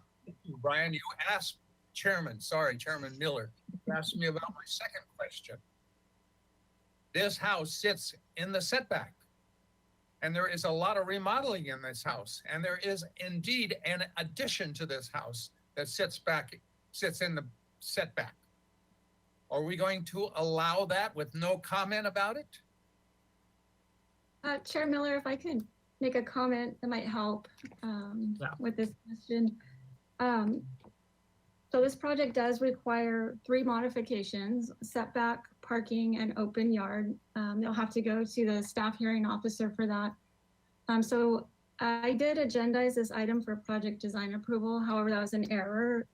We're just going to be here for comments today for these applicants to take to the staff hearing officer, and then the project will come back to you for project design approval, and we will see what happened with those modifications. So we need you to comment on each of the minor zoning exceptions, 1 each for the overheight fences along Quinto and De La Vina Street, 1 for the driveway gate along Quinto Street. We also need you to provide comments on the aesthetic appropriateness and guideline consistency of the 3 modifications that will be going to the staff hearing officer. And then you will ultimately approve or disapprove a screening waiver for the uncovered parking. That's a lot, but I hope that helps. Let me know. Mr. Chair, this is Mr. Sweeney. Maybe Ms. Swanson can clarify again. I think I understand where Joe's question is going. It's my understanding when windows are changed as proposed on the north elevation, that's the elevation next to what I refer to as the teddy bear house, and the windows on the east elevation, that's the one adjacent to the condo complex, they're either required to have a staff hearing officer approval or changing those windows because they're all located inside a setback area existing non-conforming, or they're existing non-conforming without review. And that's, I think, what the question is. Are those window changes under our purview to review, either to say we agree that they look fine or they don't look fine aesthetically? Are they in fact do they not have to go to the staff hearing officer because they exist in the setback? We have been told in the past, and have been projects brought before us, where that issue has in fact said they have to go to the hearing officer, even though the wall existed, the windows existed, but the applicant was proposing changing out the windows. So that's the question. Do we have to make comments today on acceptable aesthetics of those windows on those 2 elevations for a staffing hearing officer or not? Thank you. The two sides of the house, as far as I think, are the north elevation, which is up Quinto Street, and the elevation on Quinto Street. Those are the 2 setbacks that the house sits in. If you look at Can you go to the site plan for me? You look at the site plan, the house sits in the setback, those 2 locations. Not that one. Right there. See where the arrow, it says 10 feet right there? That's inside the house. And see on the north elevation, I think it's the north elevation, see where it says 6 foot right there? I can't see it. I think it says 6 foot. That 6 foot line sits inside the wall of the house. So those 2 elevations of the house sit inside the setback.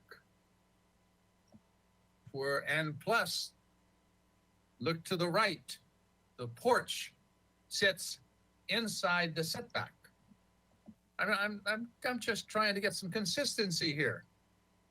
I'm not trying to, just to shove this project in a hole and not be able to pull it back out or object to it. I'm just getting some consistency here. If we're going to do this, let's do it right every time. This project sits in the setback. Let's put the language in.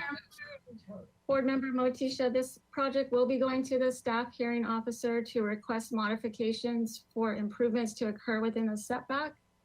Also for parking modifications and for open yard modifications. So we are asking for you to comment on the aesthetic appropriateness and guideline consistency of those 3 modifications today. So yeah, so So just So as Joe, Mr. Chair, this, Fred, stop. Hold on, Chair, hold on. So let's just stick to the aesthetic appropriateness. I totally get where you guys are coming from, but we're getting kind of, I'm getting is we're kind of tied up with the zoning issues, and I think we need to, because I'm agreeing with you guys, but I think we need to take it in the purview of aesthetics and kind of go in that direction. understand, Mr. Chair, I stand corrected. I was talking about the north and east elevations, and now that I see the plan, I was incorrect. But Mr. Motisha is correct. If I can read that number, it appears that the wing of the house that's closest to Delavina and closest to Quinto is only 9 feet from the property line, not 10 feet. Am I reading that correctly? And if that is the case, then it's the aesthetic appropriateness of any openings in that wall. How can we comment on any aesthetic value of anything if it cannot even be put there? Okay, and then the same occurs. I believe, I'm trying to read the dimensions here. The front yard setback for Delavina Street is 10 feet, or is it 20 feet? 10 feet. 10 feet. Then the porch, Joe, is not subject to a modification. We do review it for aesthetics, but not for a modification. The only one that appears that might need the modification, as Ms. Swanson has described, is the opening that would face Quinto Street, where it appears to say it's 9 feet to the edge of the wall, if I'm reading that right. So I want to move this conversation forward. I appreciate this. So let me move it on to Mr. Ziegler. Do you have any questions? I have a question. Why do the walls have to be as high as they are? They look like it's very confining on a small piece of property. Existing house. Can the clients answer that, please? Yeah. So our main problem right now is the noise level towards Delavina Street. It's a very busy street, and we're hoping with that 6-foot wall facing towards Delavina that we can reduce the sound level so we can actually use the front part of the house. Because right now you can't even sit here with an open door. It's just incredibly loud. Thank you. That's your only question? That's my only question. All right. Okay, I think all my questions were answered, so I don't have any to ask for at this time. Oh, I do have a question. Was there ever a garage for this house originally? We don't know. Like when we bought the house, the house is built in a way that it doesn't look like there was ever a garage planned for it on anything. Okay. Do you know what year the house was originally built? I believe 1925 or 1922, something like that. Okay, thank you. And unfortunately there's nothing in the, like we were trying to find something about the history, but there's nothing. Okay, great. Mayor Miller, if I may, this is Stephanie. The house was built in 1920 and there were no original plans for a garage. Okay, good. All right, thank you. If I could address Vice Chair Sweeney's question about previous projects that have come needing to go to the staff hearing officer, that is 100% correct in the coastal zone. In the inland area, we have minor zoning exceptions that allow applicants to swap out windows and make new windows in setbacks with a minor zoning exception approved by the design review boards, as long as they're at least 5 feet away. In this case, they did not require any additional approvals for the changes on the, sorry, I can't see the north arrow here, at the top of the Strawn.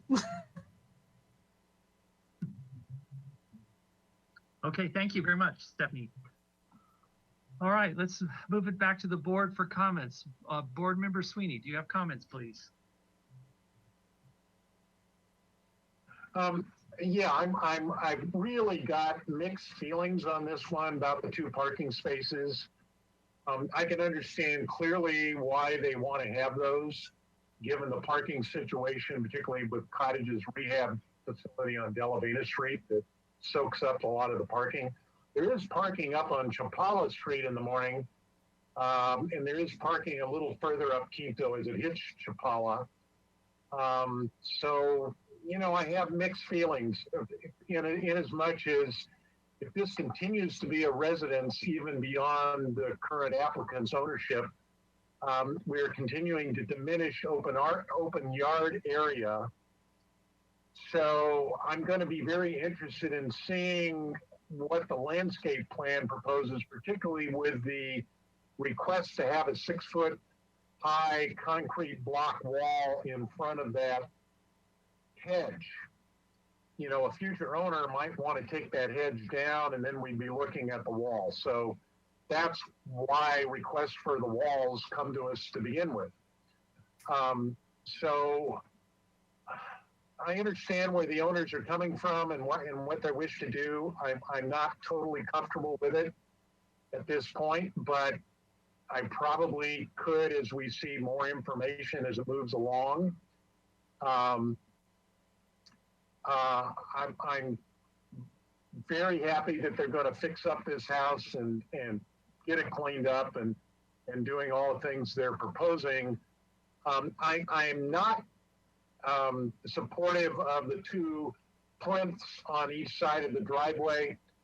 As I said earlier, I'm a walker of the neighborhood every day, and let me tell you, there are conditions elsewhere within a few blocks of here where they're not plinth walls, but they're hedges or existing old fences where my dog and myself have to be really careful of approaching those open driveways because we never know when a car is going to back out. They can't see us and I can't see them. So I'm in a position to agree with Mr. Motisha that particular design approach is really not appropriate at those openings. And I'm hoping that transportation really pays attention to that and gets them down to the 42 inches, which I believe is the minimum or maximum allowed in the 10-foot triangulation that they have to pay attention to for driveways. So that's the one thing that I'm going to be fairly adamant about and not supportive of. I just think there's a better way. I can understand the architectural approach that the designer wants to take and totally, you know, see where they're coming from, but I just think this is not the best solution. So those are, I think the hedge height can be higher than 8 feet. It is now. I don't see that the big problem. I just, I know the owners, there are many owners in this neighborhood who don't keep up their hedges. Under the rules, you're not allowed to have your hedge grow beyond the property line. And there are a lot of sidewalks you can't get past because people don't keep up their hedges, but that's a whole different discussion. The other issue that we've experienced today is this issue about having a fully vetted zoning review for projects. And I know sometimes applicants want to get in front of us before that's completed, but you can see how much time it takes because we on the board some of us are practicing architects and we understand the zoning issues. And if they're not vetted out before they get here, then they take a lot of time for us to go through. And I know there was an announcement made some time ago that, well, we're not going to do that. We'll do the vetting of the zoning after it comes to you for initial comments. Well, you know, that doesn't help. It spends a lot of time. A lot of our time is wasted going back and forth when those issues can be resolved before it gets here. Maybe I'm misunderstanding all of this, but you see what happened today. We spent 30 minutes trying to just get that sorted out, and it was probably not necessary. Thank you. All right, thank you. Board Member Kalas, do you have any comments, please? I do. And And I'm going to try to speak to the items that we're being asked to speak to specifically, which, as I understand, are comments related to minor zoning exceptions related to overheight fences and the driveway gate and bollards, as well as the show items or the staff hearing officer items, which are the work in the setbacks, the parking, and the open space. The parking would be in the setbacks, as I understand it. I am empathetic to what the applicants are trying to do here. Basically, they're trying to take an old weary home, which is exactly what I bought, a 1924 beater, and fix it up. I had the advantage of having a single parking space on my parcel when I purchased it. They don't. And while I'm empathetic to that and the desire to have parking on the site, I think that in this particular case, they're trying to pack too much onto the parcel effectively. And so I have some problems with what's being proposed. I'm hearing from the applicants that they want a place of solitude away from the noise of De La Vina Street, which could completely be taken care of, I think, in the inner courtyard of this home, or what we'll call the inner courtyard. I think where they're proposing the parking could provide that opportunity for them. I am supportive of, or would be supportive of, the walls and fences. I do have concerns about the bollards and the height of the bollards. I don't have any conceptual problem with the fenestration changes that they are making, primarily because they are behind a taller hedge that will have a wall. I have concerns over the wrapping of the porch element with the cortan. I don't think it's appropriate for this particular style of home. And I believe that the home should have all one type of siding, which would be consistent with the bungalow nature of the home, and that it should not be Ipe, but it should rather be the hardy siding that they are proposing. Those are all my comments. Thank you very much. Board Member Klein, do you have comments, please?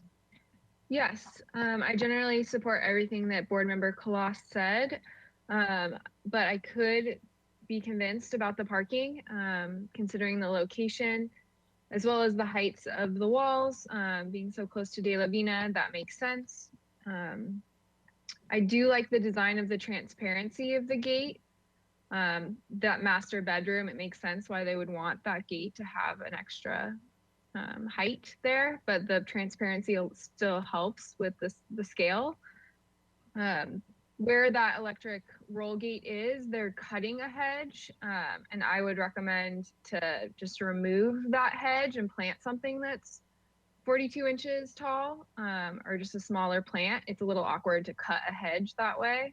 I think it would look a lot better to just remove it in that area and plant something new. And I also cannot support those posts or monolithic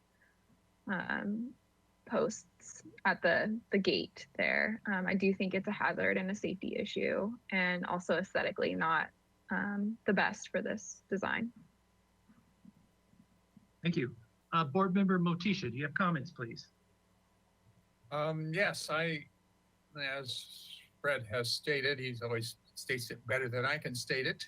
I agree with Fred. I think until I see some more design on this driveway, or where these two parking places are proposed, I really can't go along with it. My idea might be changed, but at this point, no. And I would, if it does happen, I would like to see something architecturally or aesthetically in that area to make it look like a house instead of 3 walls that are enclosed 2 cars and that's it, with a rolling fence behind it. I think a lot needs to be done in that area to convince me that it would be nice to have 2 parking places there, but let's make it aesthetically pleasing. I'm not in agreement with the two monolithic things on each side of the driveway, or the rolling gate that is at the same height that doesn't get back the feet from where the law says that we, or the code says that we should have at least some safe parking areas or a safe site from cars backing out or people walking along the drive or the sidewalk. Also the front porch. You either move that front porch back into the open yard area, or at least come up with some language that says, hey, yes, we are going to put it and we want permission with a modification to build that front porch, new front porch within the setback, a foot. I'm looking at a foot within the setback. And walls, I don't disagree with the walls. I drive up and down De La Vina all the time, right in that area. And De La Vina is one of the busiest streets out, up the north side from downtown. And it's loud. But as I think member Kalas said, or maybe it was Klein, that place where they're taking two parking places is probably the nicest area that they're putting into two parking places rather than using it as an open area, an area where is the nicest area outside of the house. Granted, it would be nice to have two parking places there, and I have several houses that I own that don't have any parking places.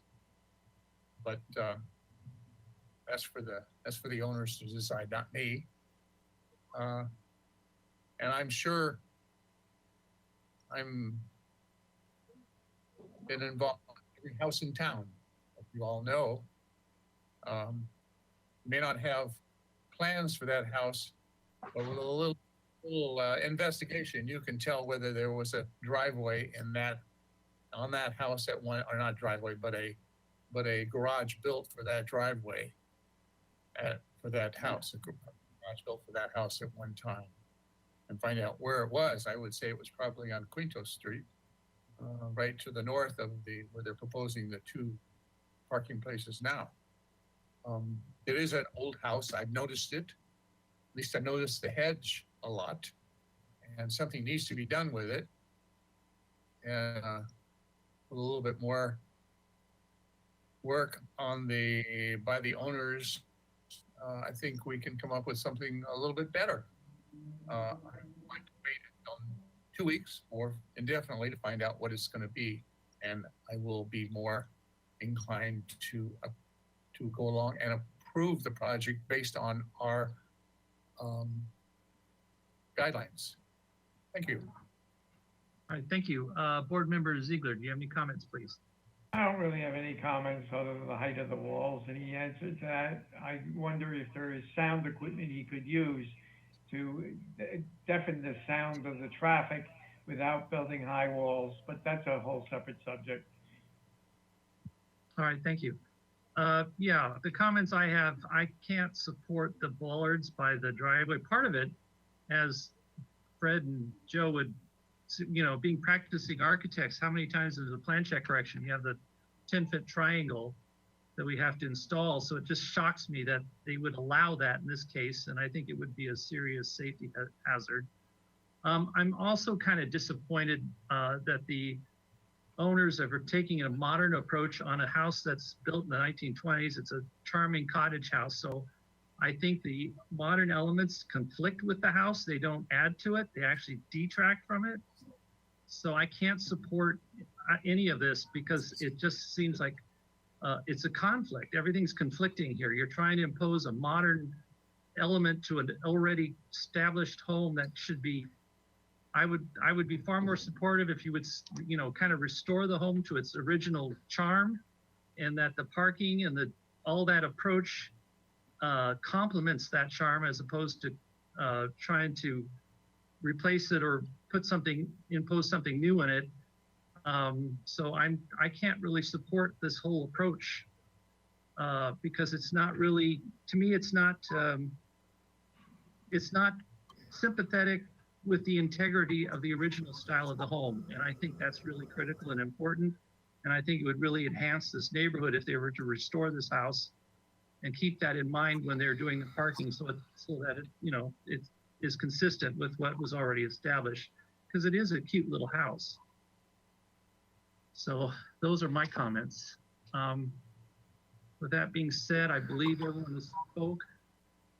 Could someone like to make a motion with comments only?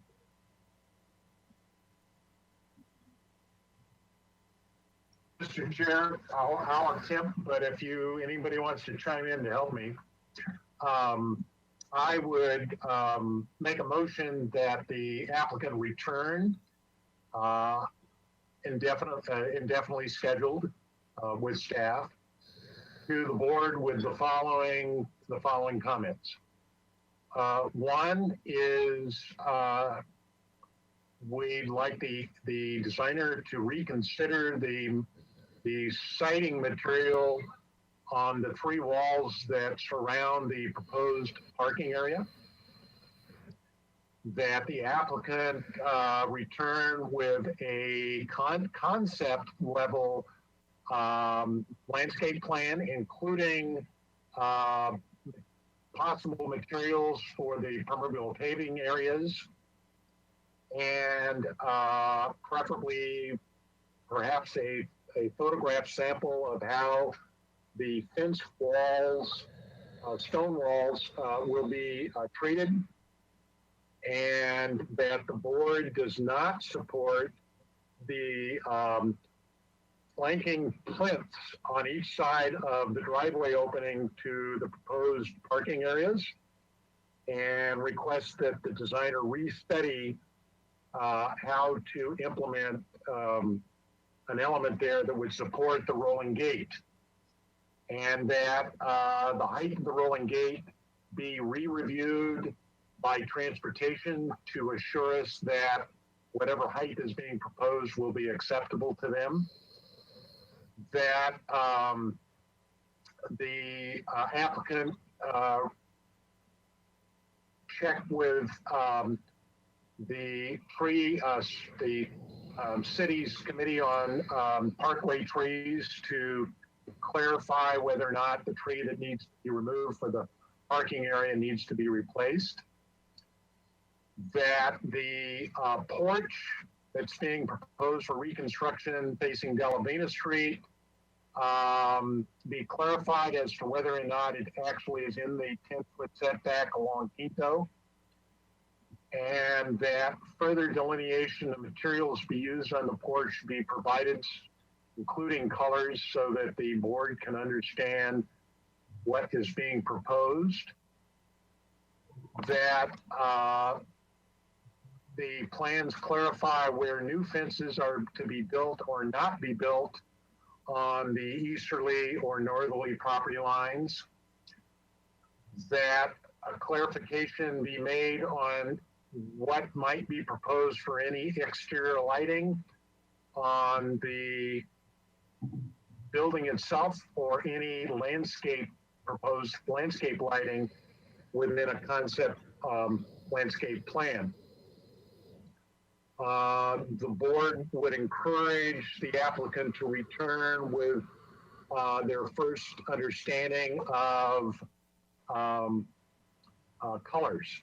And at the next meeting, the board, with staff's clarification, should be in a position to make definitive decisions on the modifications that will be required in front of the staff hearing officer and in front of this board. That's my motion. Do I have a second? I second it. Joe?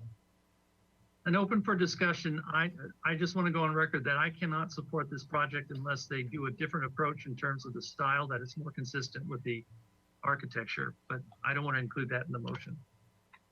Can I have a roll call, please? All right. right, thank you. This is Mary. I'll go ahead and take the roll call vote. We have Chair Miller, Yes?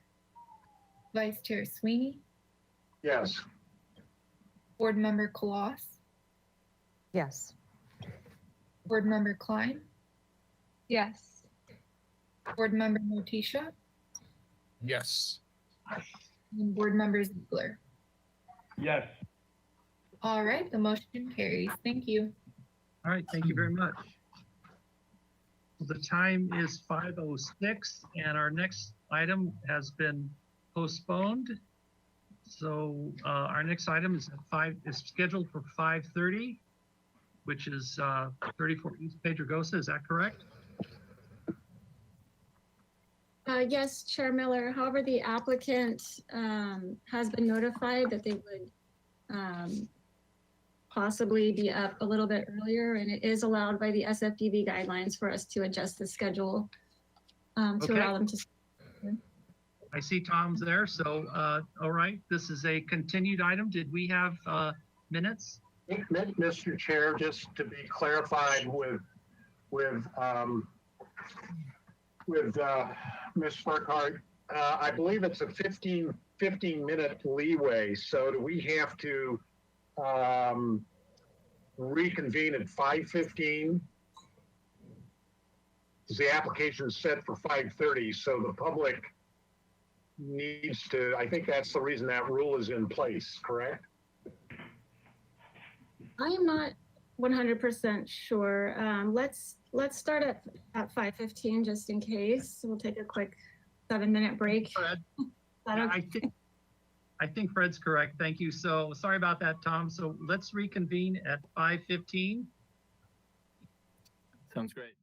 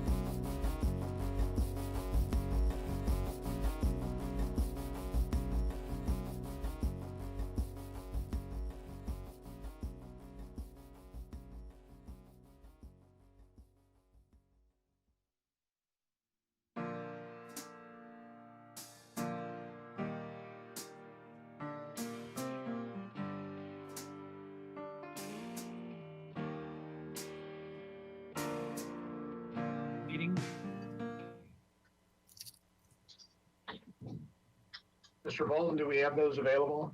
Thank you. And Mr. Chair, just to confirm, you're calling the meeting back into order? I am. Thank you very much, Ted. I am now calling the meeting back into order. Thank you. Thank you, and good afternoon, Chair Miller and board members. I'm here to assist with this project. Sorry about that. Great. Thank you. All right, everyone is here. Great. Thank you. So, Mr. Hamilton, usually we read our actions from the last meeting, but are you going to cover that? It would be appropriate for the vice chair to read the minutes into the record. Okay. And Thank no you. need to read the whole project description, just the minutes from the motion. Yeah, so the motion was continue indefinitely with the following comments. Applicant shall consider a greater distance from the property line to the edge of the deck, with the board recognizing the SFDB guidelines that require at least 15 feet from the setback line. Consider moving the edge of the deck on the easterly side immediately adjacent to the door jamb located on the south side. 2, consider reconfiguring the access stair for the ADU to be integrated with the deck and the stair that moved to the first level of the main residence structure and incorporates a new entry portal that we'd use the fire rated door. Or 3, applicant shall work with staff to determine the status of the height of the 12-foot hedge between the project site and the easterly property. Action was taken on a motion by Sweeney, second by Collis. Klein opposed and motion carried. Thank you. And Mr. Chair and board members, I have some comments prior to Mr. Oxner's presentation, if I may. Yes, please. Thank you, and thank you, Mr. Oxner, as well. I just wanted to provide a little bit more context regarding this project. You were sent a memo on Friday that explained a little bit more about this project and what has changed since you originally reviewed it. So I just wanted to go over that quickly. And Timmy, if you could please go to the site plan.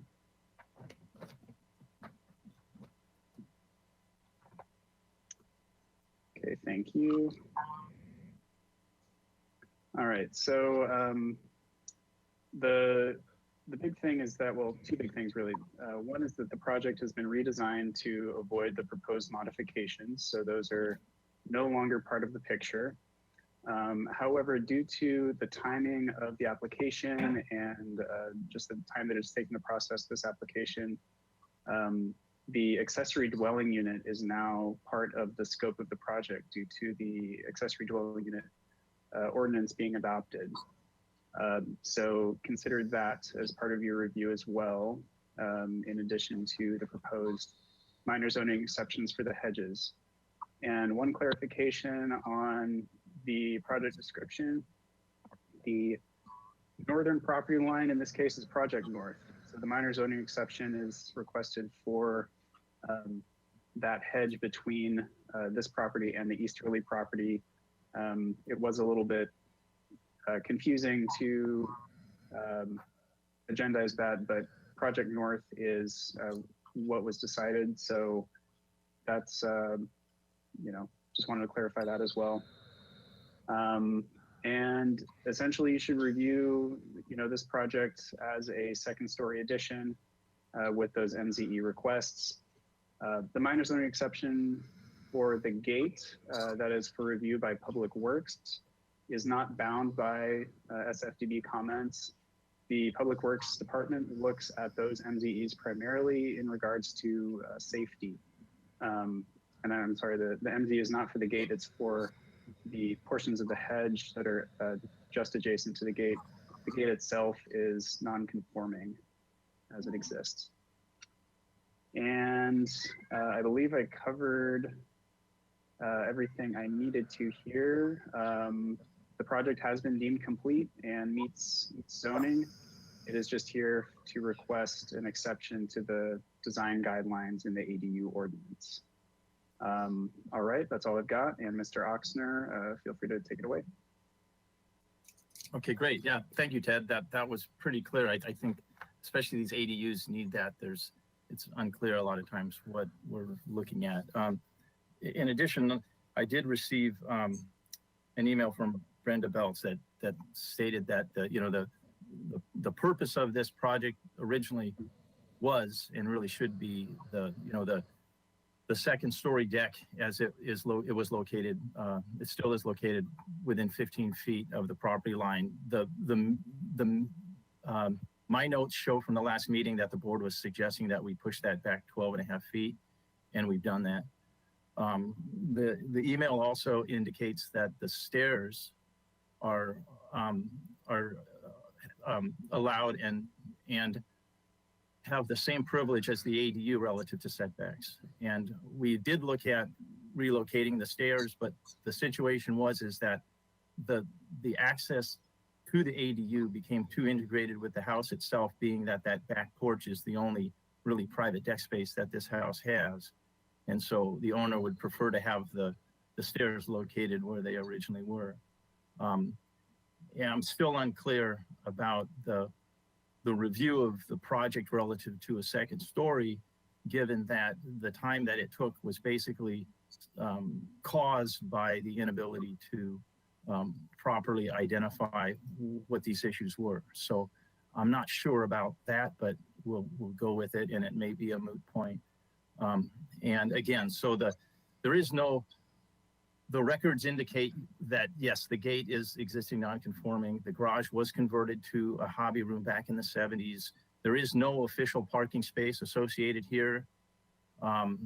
When the garage was converted to a hobby room, there was no requirement to replace it with covered parking. Therefore, there's no parking requirement on the property. But so it could be as simple as me just stating in this presentation that we have moved the second story deck back to 12.5 feet from that northerly property line, which your board suggested at the last meeting. And I'm happy to field any questions. Thank you.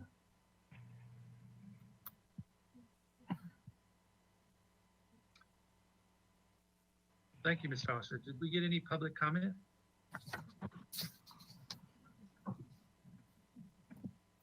Thank you, Chair Miller. If you are attending by webinar and would like to comment on this item, please follow the directions on screen and raise your hand by clicking the hand icon on your GoToWebinar control panel. While we wait for hands, Mary, did we receive any written comment for this item?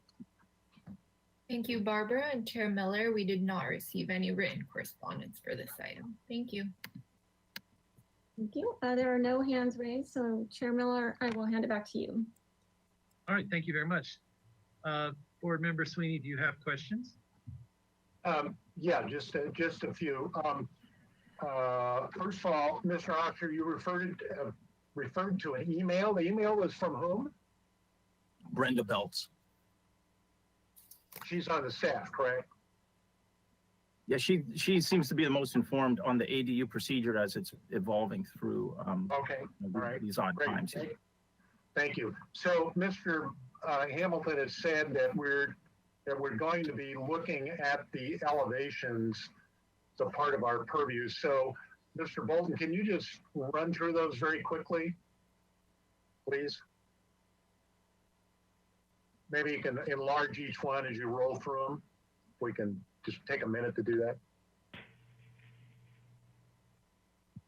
Okay, thank you.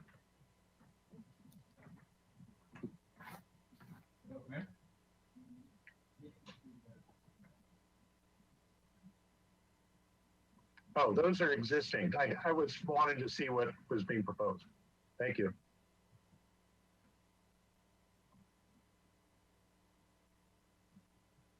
There we go.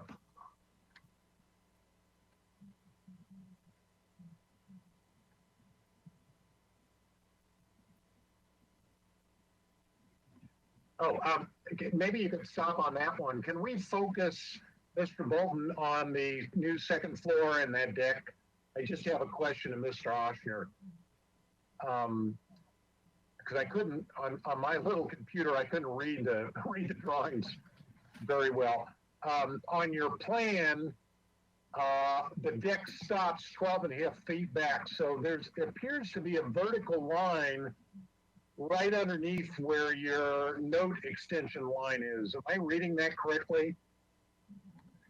Yes, the The deck stops at 12.5 feet, but what we're seeing here is the continuation of the beams. And if you look at the floor plan, if we could go to the floor plan on sheet 8.1.1, we could see that we've tried to create a little bit of trellis space and continuity from below, looking up. So if we go to A1.1 and we zoom in on that floor plan right there, perfect. You can see, Mr. Sweeney, what's happening with the fascia kind of continuing over. And what you're seeing looks like the deck extends all the way over to the stairs, but in actuality, that's a trellis, and that's just an opening that that provides a little continuity with the deck structure. Okay, great. It keeps us from having to drop a post right where we don't want to have to put a post also. Yeah, no, I understand. Okay, thank you. And then, Mr. Hamilton, I'm assuming the stairs as proposed get to stay where they are because under the new city ADU ordinance, the stairs are an integral part of the ADU, correct? Is that the current? You are correct. Yes, Board Member Sweeney, they're allowed a 4-foot setback. Okay, and is maybe offline, could you send me or have someone send me the section that's described just so I can get familiar with it? Thank you. And then back to the site plan, the hedge that we're asking for the modification on, I just want to make sure I'm looking at the right hedge. That'll show up on the site plan somewhere. Yeah, there we go. So the green hedge that's what got confusing. So paper north, I mean, the top of the paper is now referred to as site plan north, correct? That's correct. That's Project North in this case. Not east, okay. It's Santa Barbara East, but it's on this case, it's Project North. Okay, so that hedge that's running parallel to the property line is existing, and that's the one we're talking about that it should be allowed at 12 feet, correct? That's correct. That's the hedge that is requesting the minor zoning exception. Okay, and that's our decision, not a staff hearing officer decision, correct? Correct, yeah. Okay, all right, that's my only questions. Thank you. Thank you. Board Member Colas, do you have questions? No, I don't have any questions. Thank you. Board Member Klein. No questions. Okay, thank you. Board Member Motisha, questions? Okay, I could tell from your lips moving you said no questions. All right, Board Member Ziegler, do you have any questions, please? No question. Okay, thank you. Jonathan? Yes, I'm sorry, what did you say? I said no questions. Okay, thank you. And I have none either, so that's easy. Board Member Sweeney, do you have comments, please? Sorry, I just got an email about my shot, so there's priorities in life. Yeah, for sure. No, I think we are where we need to be. And certainly the 12-foot hedge is going to help screen the staircase where it's sitting. With regards to the aesthetics of the addition and its second floor, that now is under our purview, I find that appropriate and acceptable. Thank you. Thank you. Board Member Colas, any comments, please? Can I see what we would now be calling the east elevation? I'm sorry, the west elevation real quickly, just one more time before I decide whether I have any comments. You could zoom in on that elevation, please. It'd be on the upper right of the page. Board Member Colas and any other new board members, sorry for the interruption, Mr. Chair. Just wanted to confirm whether you've had a chance to review the video and minutes and plans of the previous hearing. If not, then you wouldn't be able to comment or vote on this project. So if you could please provide verbal confirmation. I attended the last hearing for this project, Mr. Hamilton. Ah, perfect. Thank you. Okay. Great. Everybody has Trying to stay on top of it. everybody's been commenting that work north, work drawings north. We follow north drawings, and what you've been talking about, that is the west elevation. Okay. Yeah. And it says north elevation on it. It is the west. The way we have been talking, it is the west project elevation. No, Thank you. I'm just clarifying things. I see a lot of things. Oh, go ahead.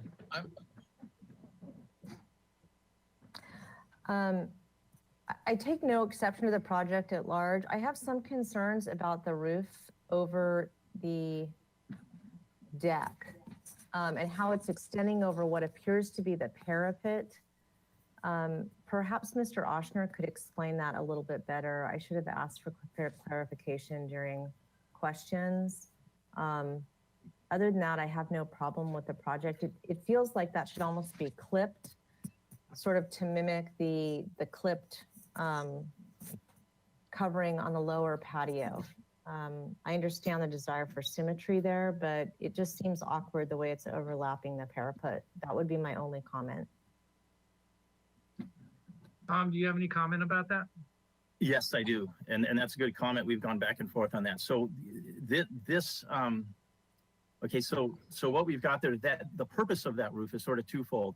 It covers the stairwell, and there's a section that shows barely we're able to squeak off the stairs coming up, and just what you actually don't see is a little triangular piece that allows you to climb up the stairs and enter that stairwell at the top there. So the idea was then to, rather than take that mass and take it all the way up to the height of the second floor parapet, we thought we could reduce the mass by introducing a roof form there. So that roof form has gone between hips and a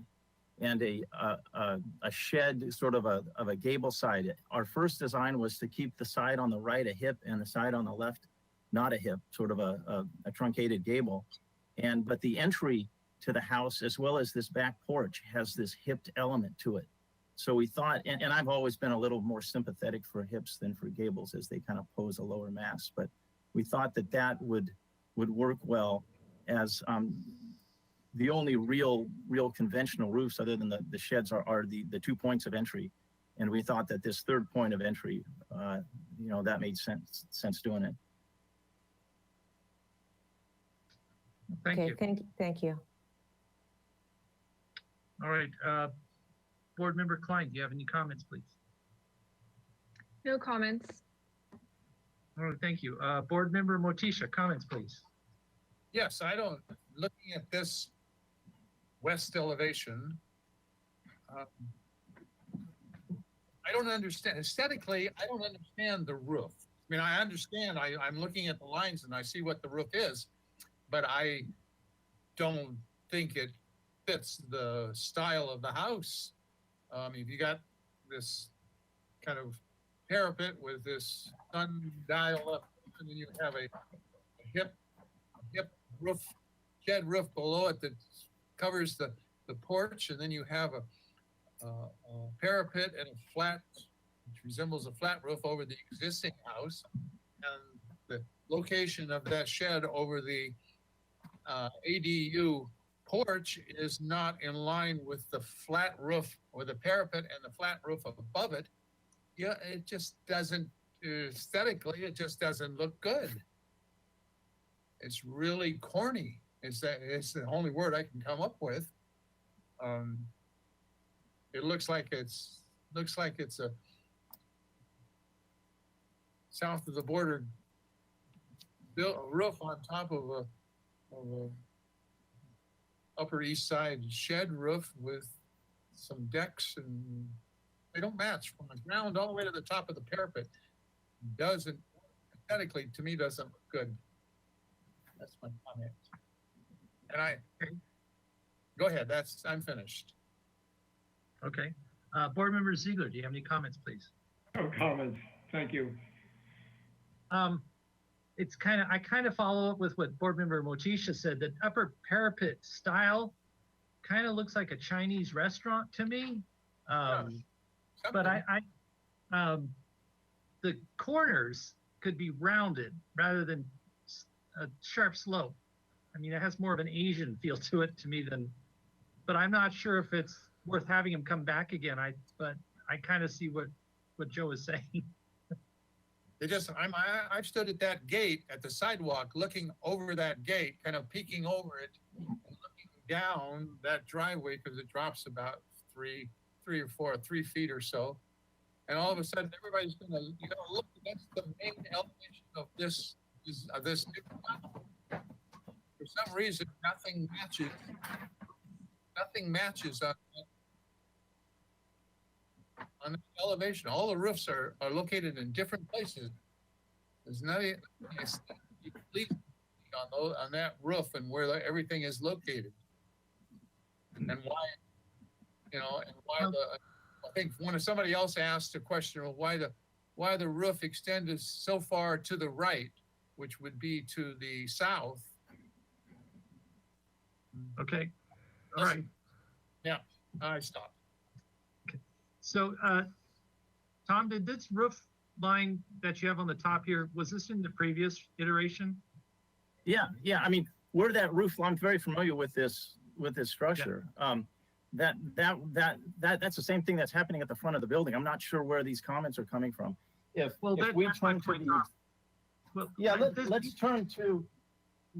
turn to a excuse me. I don't want to the existing A0.1 shows what we've got out there currently. Well, and if we zoom in, yeah. So my point, Tom, is if you've already shown that roof line at a previous meeting, I don't want to, we could have commented on it before, but oh yeah, I see. If you look on your existing elevation number 3, there's a swoop there. Is that what you're referring to? We're trying to bring continuity with what we've got on the house around and kind of make it all look like it's cohesive. Very good. For better or for worse, you kind of have to do the best with what you're dancing with here. Sure. And when we've tried. Of course. Sounds good. All right. Thank you. So with that being said, let's see. They're here. He's here for project design approval and final approval. If we would like to grant that, would someone like to entertain a motion? Mr. Chair, I'll make a motion for both project design approval and final approval. Thank you. With the following, Mr. Bolton, if we could have up on the screen the required findings. That the general consistency and appearance of this application is appropriate to the character of the city and the neighborhood, that it's compatible to the block in which it sits, that block being bounded by State Street, Islay, Pedregosa, and Anacapa Street, that the quality of architecture and materials are appropriate, and that there are no trees being removed or replaced, that it meets the general health, safety, and welfare as provided by this board, that it's met the good neighbor guidelines and does not disturb any significant public scenic views either to the immediate neighborhood or to the mountains that surround us, the back of Santa Barbara. That's my motion. Thank you. Do I have a second? I'll second it. All right, thank you. May I have a roll call, please? Mr. Chair? Yes, hold on. Yes, Ted. Yeah. Need to provide. And to the board, the project also requires minor zoning exception findings. So, Board Member Sweeney, if you could please include those in your motion. Yeah, I'm sorry. So the minor exception is for the extension of the hedge on the northerly property line is depicted on the site plan is acceptable. Was that the only one? Was there another one? That's the only one that's directly in SFDB purview. The other one is granted by Public Works at the building permit phase. So your comments are only requested for the hedge. Okay, and that would be the added comment for the hedge. If that's acceptable to the seconder. Yes, sir. All right, thank you. Can I have a roll call, please? All right, so we have Chair Miller, Yes. Vice Chair Sweeney, Yes. Board Member Colas, Yes. Board Member Klein, Yes. Board Member Motisha, No, I think it needs more work. all right, thank you, and Board Member Ziegler. Yes. All right, the motion carries. Thank you. All right, thank you very much. Thank you very much. Good evening, everyone. Thanks, Tom. Good night. Okay. Moving on to items 5. Okay, what's the time? I'm 5:45. Okay, I'll show. We also Yes. need to announce the appeal process for this project on Pedregosa. Oh, yes, there's a 10-day appeal process for that. Great, thank you. Okay, moving on to item number 5, 1236 West Mitchell Terrena Street. This is a continued item. Do we have minutes from our previous meeting?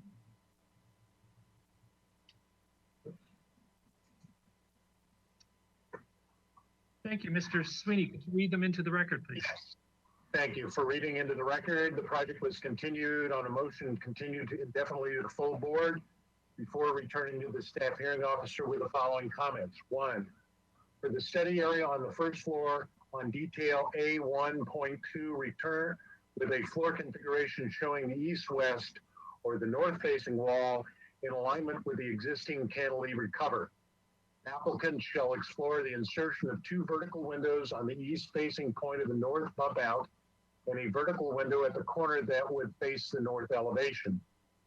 2, the existing cantilever deck shall be eliminated in accordance with SFDB privacy guidelines, which state that the SFDB does not approve a deck within 15 feet of an interior property line. 3, the board has considered the corner windows located at the study and give the configuration of the home in relationship to the turning corner of Mitchell Terrena Street, finds that the windows are appropriate and do not produce additional privacy issues between the 2 properties. 4, the applicant shall consider whether they shall retain the existing covered cantilevered eyebrow on the north face, considering extending the eyebrow to include the roof area of the study so that it appears as one long element on the north face of the home. 5, the board has reviewed other changes proposed to the home and finds that they are compatible with the neighborhood and will intend to add those to project design approval at a future meeting. The action was taken on a motion by Sweeney, second by Colas, a 4-2 vote with Miller and Motisha opposed. Motion was carried. Surprise. Hi, Ted, did you have something you wanted to add? Yes, thank you, Mr. Chair and board members, and to the ESPERS as well. Just some brief comments to clarify where this project is in the process. So since you last saw this project, the applicant has decided to withdraw the modification request for encroachment into the northern interior setback. Instead, they are designing a small bump out addition that meets zoning in place of the sunroom. It doesn't encroach into the setback.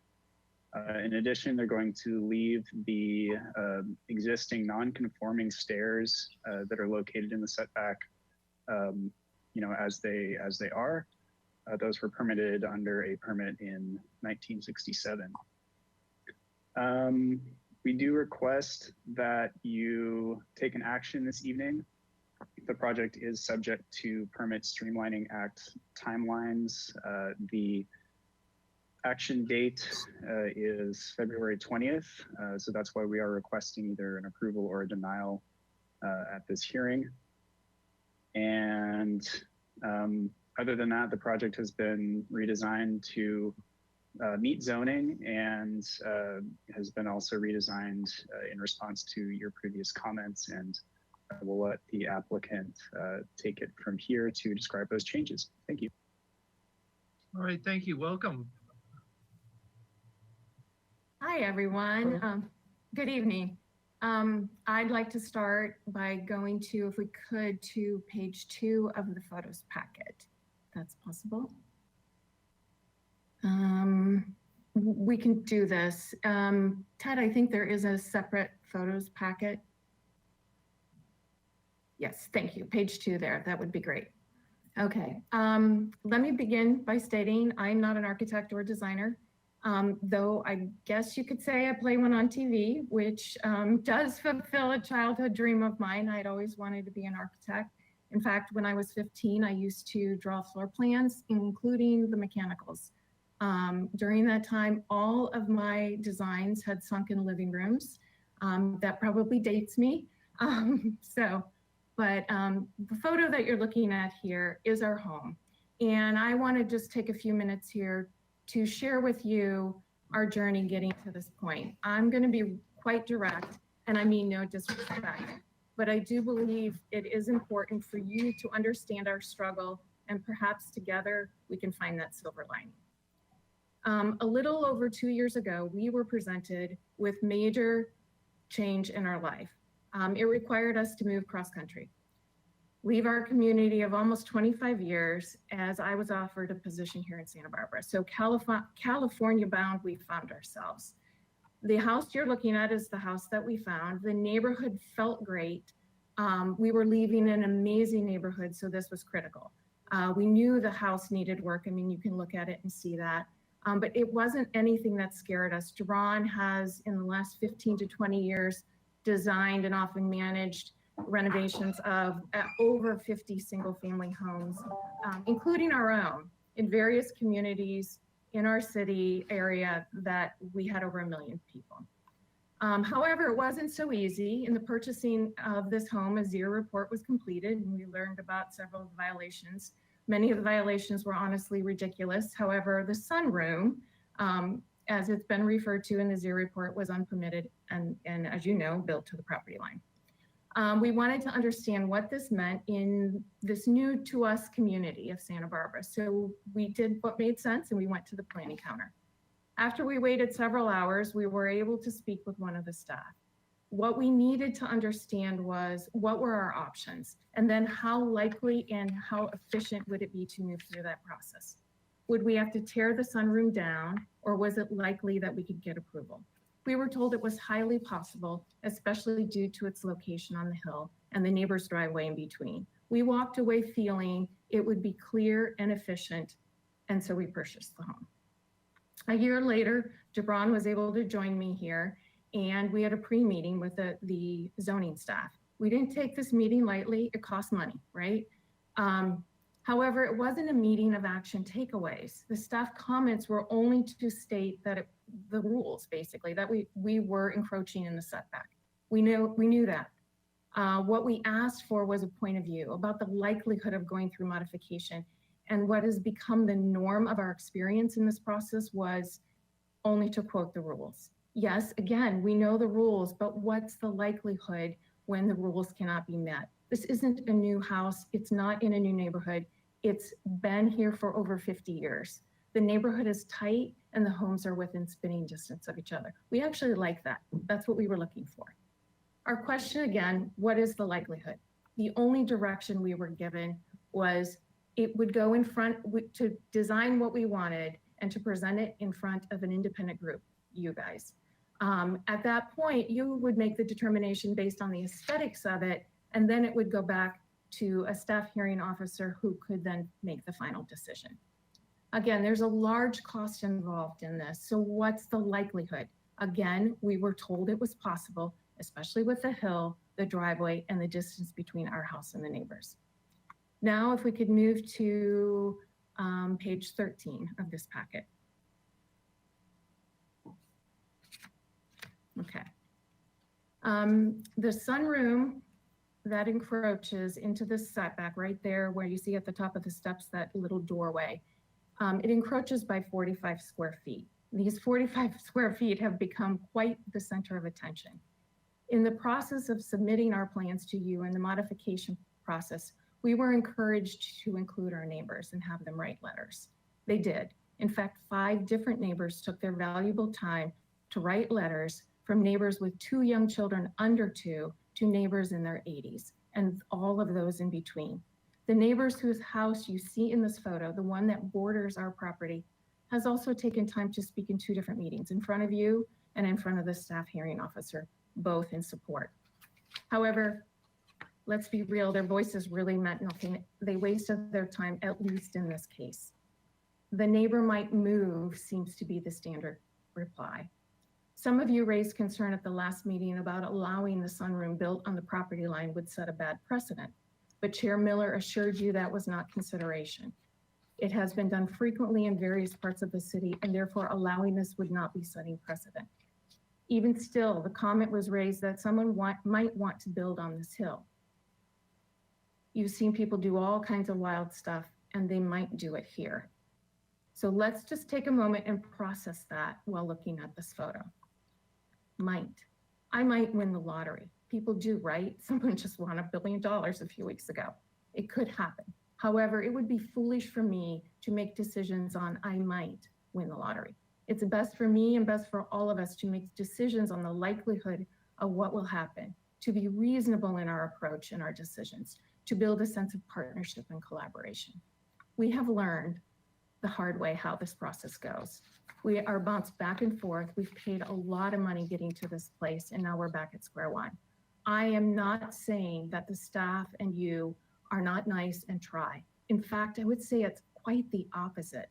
The staff, for the most part, has been very nice and courteous, but the process is not built for reasonableness and partnership. There isn't a complete understanding of the process by across city functions or the authority to solve problems together, be collaborative, and build strong partnerships between the city and the community. Shouldn't that be what we all want? So based on our experience, what we've made decisions based on 2 things that I'd like to point out today: likelihood and time. First, the likelihood we would do as you asked in the last meeting, and the staff hearing officer would approve. That's kind of difficult for us to believe that it would be likely, since she did say to us at the meeting with her, there is nothing we could say to change her mind. Doesn't seem like a process built on collaboration and partnership. Second, this process is taking way too long. All we are trying to do is freshen up the house, make it more efficient, and fix the stuff that's broken. We were adding less than 500 square feet on a house of less than 1,100 square feet. Today, we are presenting less than 200 square feet. On June 30th, 2020, we submitted our plans, and here it is, February 16th, 2021, almost 8 months later. In these 8 months, both materials and labor have drastically increased. In these 8 months, more immediate repairs costing money around our home are having to be addressed rather than being renovated. I really cannot live any longer with a stove that doesn't work, a sink that leaks, a dishwasher that has no more pegs in it, let alone isn't even near the sink, a washer and dryer that are beyond rusted, which bleeds to our clothes, windows that don't close, and doors that have gaping issues. I'm done, and I hope you can understand why. So now I'm going to move to our proposed changes. Like I said earlier, we've drastically reduced what we are proposing in this project so we can move forward quickly. I would like this to be our last time. So please, anything that you need, make sure that we're 100% clear. And we really appreciate your attention helping us get there. So now if we could move to sheet A13, which is page 9. Okay, great.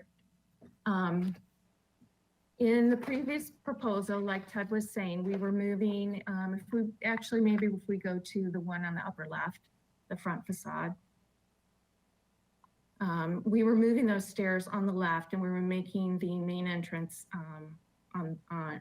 moving the stairs on the right, making the main entrance on the left. This was costly and time consuming, so it's gone. We'd love to do this at some point, but we've got to move with the critical fixes for this house. Again, in this room, you can see that the infamous sunroom is on the right there, is gone, kind of where that cement block area is. It is replaced with this 1-foot bump out that sits within the setback. The removal of this room is going to expose the 5 feet of the original house retaining wall. And then if we go back to the left side there, if you could just look there, what we changed here is this, oops, sorry, not you can stay on the same one. What you can see there is the second floor over that left side bump out is now gone. And then now if you want to move over to the next, to the right there, to the next, thank you. Okay, so this is the problem side. And what you see here is pretty much everything has stayed the same except for the stairs will remain. And then that window there right on the first floor at the back is the 1-foot bump out. In addition, the deck is being gone. The deck is up there at the top. Okay, now could we move to sheet A12, which would be 8. This is the floor plans, just to give you some sort of an idea here. We can start at the garage level, the lower left there. So we're definitely moving the washer dryer up. One thing I did want to point out here, we have to get a permit for the garage door. However, I do want to point out that in a 1984, September 18th, 1984 Z report, it's clearly noted as a garage. In fact, there are 2 places for the reviewer to make a note, carport or garage. It's clearly underlined garage, as well as the word garage is written 3 other times in this report, again from 1984. If we could go to the floor plan right above that, this will be the first floor. What we've done here is basically move the washer and dryer to this location, so it's up there in the upper left, and then that half bath that moves is in the middle, and now you can see the 1-foot bump up there. Okay, and then if we could go to the right side there, the second floor, the only changes we are making here is that the back door currently sits on the right, and that's moving into that hallway. So it'll create, it's very fitting with what we had before. So to summarize, no more modifications needed. All of our violations are addressed. And we hope that you'll approve this. I do want to leave you with one thing though. I really meant what I said, that most every person we have come into contact with has been extremely kind with the city. However, the perception by the community, and I would concur with that assessment, is that when you deal with the city, you just spend a lot of time and money and get spin, resulting in more time and more money. We've heard this from countless people. I wish I had a magical formula to pass to you today to improve this process, but I don't. What I can offer you is a volunteer of my time once we move past this process on our house to be available to you, should any of you be willing and wanting to find ways to improve the process. I believe all it takes is the will, and then we can build a partnership and collaboration between us. And that's all I got. And for the minute that I have left, it's very hard when you have your spouse is your client. I just wanted, again, I wanted to say thank you for everybody. Everybody's being so kind.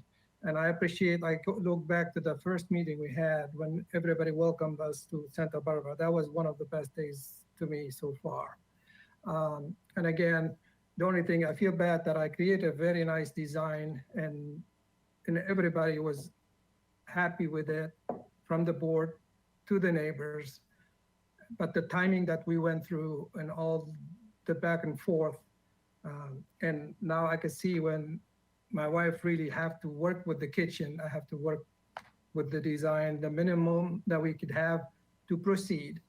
And I wanted to thank Mr. Hamilton for always being so patient, and his quick response and coordinating the material in front of you today. So thank you, Mr. Hamilton, and thank you for everybody.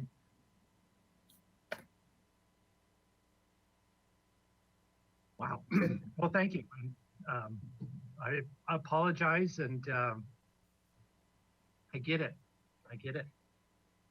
I know you do. I know So you moving do. on. Sorry. Thank you. Did we have any public comment, Barbara? Thank you, Chair Miller. Actually, we don't have any members of the public attending by webinar at this time, Chair Miller. Mary, did we receive any written comment on this item? Thank you, Barbara and Chair Miller. We did not receive any written comment for this item. Thank All you. right, Hand it back to you. All right, I'll bring it back to the board for questions. Board Member Sweeney, do you have any questions, please? I don't have any questions specifically on the project. I'll save my comments to help these folks get moving along. But there was something introduced tonight by Mr. Hamilton that I don't know that this board has heard about yet, and perhaps he can explain a little further. There's something called the Streamlining Act. Is that a state act, or is that a part of some new ordinance in the city of Santa Barbara? What exactly is that? Board Member Sweeney and to the SFBB, yeah, that is a state law, and it has been around since the 1970s, I believe. You don't see it too frequently, because typically projects are able to get through the process in a certain amount of time, and it hasn't been a consistent procedure to let the boards and commissions know if there is a Permit Streamlining Act deadline, pending, as far as I'm aware. So you may not have seen it too frequently, but it does happen where projects run into these deadlines. And in this case, the project, the applicants did extend our timeline by 45 days. And that was, during the time when the modification was still proposed, and it was assumed that the staff hearing officer would take action within that time. So that's why you're seeing this project here at, kind of a late hour in terms of the Permit Streamlining Act. And that's why we're requesting an action on it today. Okay. And then my second question to you, Mr. Hamilton, is at the last meeting, I was concerned about the inability to understand what the staff hearing officer had said at the hearing meeting without the ability to have to go back and look at the tape. And earlier in today's meeting, I requested that someone come back to us to let us understand why minutes with some detail in it aren't allowed at this point in the process. We're getting action only minutes. And so last time we were never able to understand what happened in that meeting in any detailed way. We were just told that it was heard, and then it was changed, and then it was sent back to us. So that's something in the future that I certainly hope that will get clarified, because the direct result of that was frustration on the applicant's part last time when this board didn't have the ability to understand what was going on. Anyway, those are my questions. Thank you. All right, thank you. Board Member Claus. Yes. Board Member Sweeney and Mr. Chair, may I respond to that? Yes. So the staff hearing officer meetings are recorded. They're on the city website and on YouTube, I believe. And they are available for anyone to go view. So, I think that staff could do more to make those resources available to all the boards and commissions, maybe put them in a more consolidated place. But just know that staff hearing officer hearings are recorded and they're on the website. I understand that, Mr. Hamilton, but when you're reporting, when you are supporting these boards, you should make it easy for us either by doing an attachment or having a written set of minutes that would be part of the applicant's report to us. It shouldn't require us to scratch our heads and go, oh, should I go look at a lengthy meeting and then try to figure out where that was? That should be information provided to us as part of reporting back to this board. So, yeah. Can we take? Board Member Sweeney, I completely understand your comment there, and I think that you know, our process is changing, and we are aiming to do more staff memos in the future to guide with this sort of thing.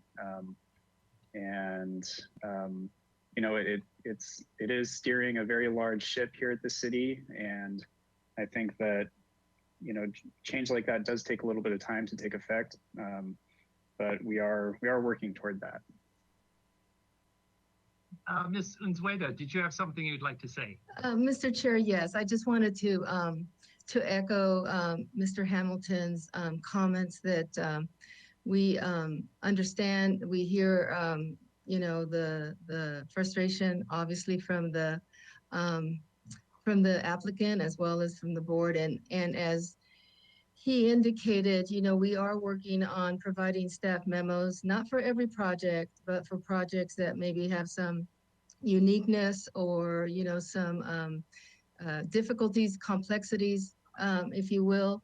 And those memos would have a better explanation, if you will, or summary of what occurred at, for instance, the staff hearing officer meeting.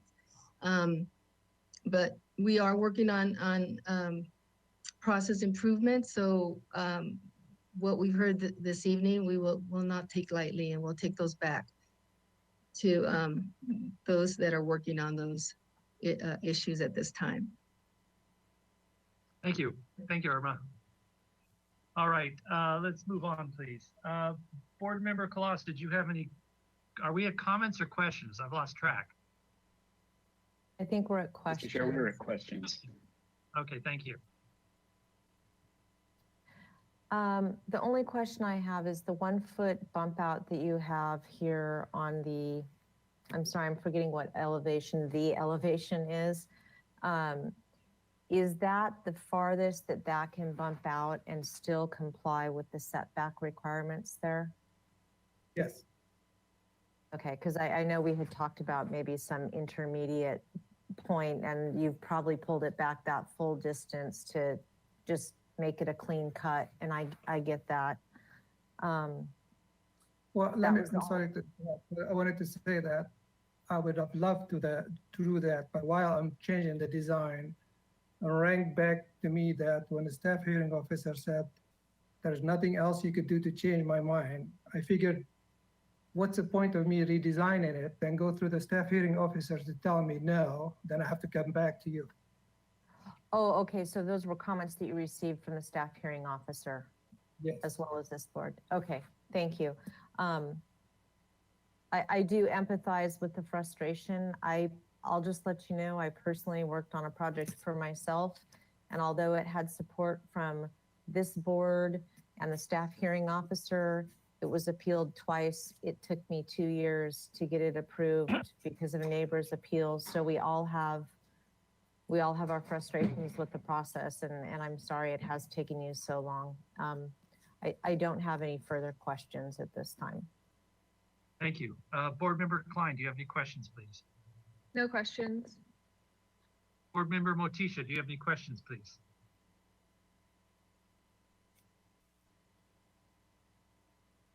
Yeah, please unmute. We can get back on the line here. No,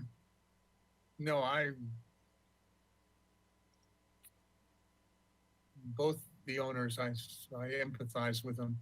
I was born in Santa Barbara. I know what the problem is in this town, and you can't solve it I wish we could solve it, but we solve it by hiring more people and getting more views and getting more mixed up.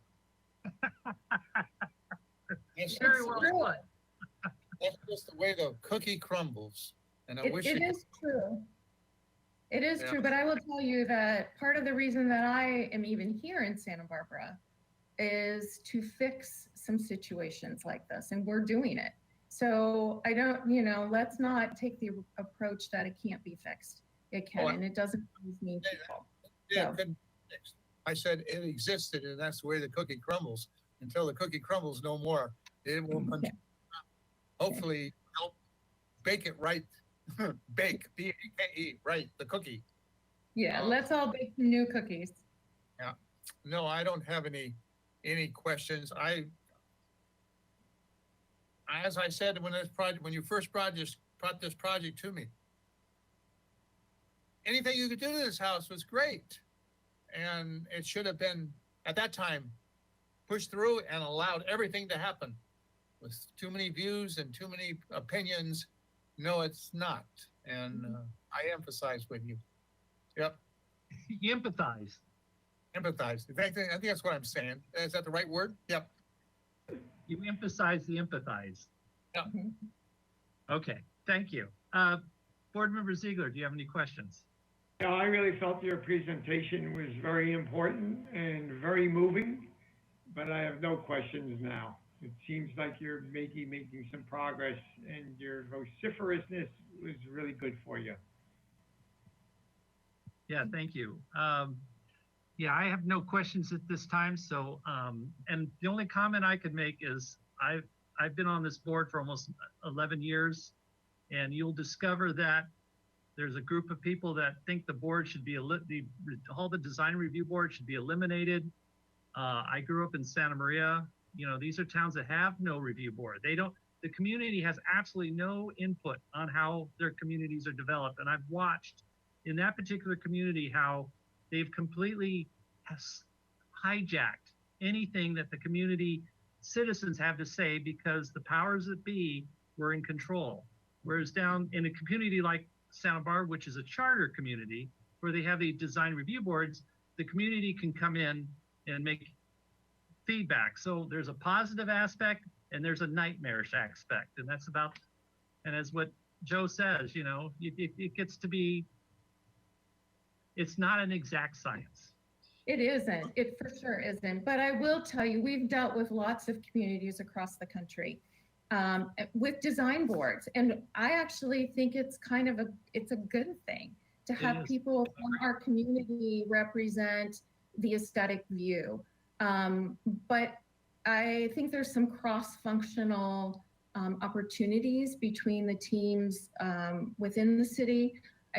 Clearly, I'm not an expert, so I can't, like I said, I can't offer you a solution here today, but I do think there's probably opportunities that at least the process, for us could have been a lot smoother from the get-go, so. Point taken. And just for the sake of getting this project through, let's table that conversation and move forward. So I'm bringing it back to the board for comments. Board Member Sweeney, do you have any comments, please? Yeah, just a couple. One is I'll be ready to make a motion to move this project forward. One question I forgot to ask staff, this was noticed for project design approval. Can we give it final approval also? Board Member Sweeney, Mr. Chair, unfortunately, the project can't receive Board Member Motisha? We have to go by the book here. Can't do anything wrong. No deviation from. Please. No, please. Let's don't make this into a reality show. No. So, Mr. Hamilton, when does it get final approval? Board Member Sweeney and Mr. Chair, the project is not agendized for project design approval or for final approval, so it can't receive final approval at this hearing. If you are ready to give final approval, however, I would suggest noting that in the comments and then continuing it to consent. Okay, thank you.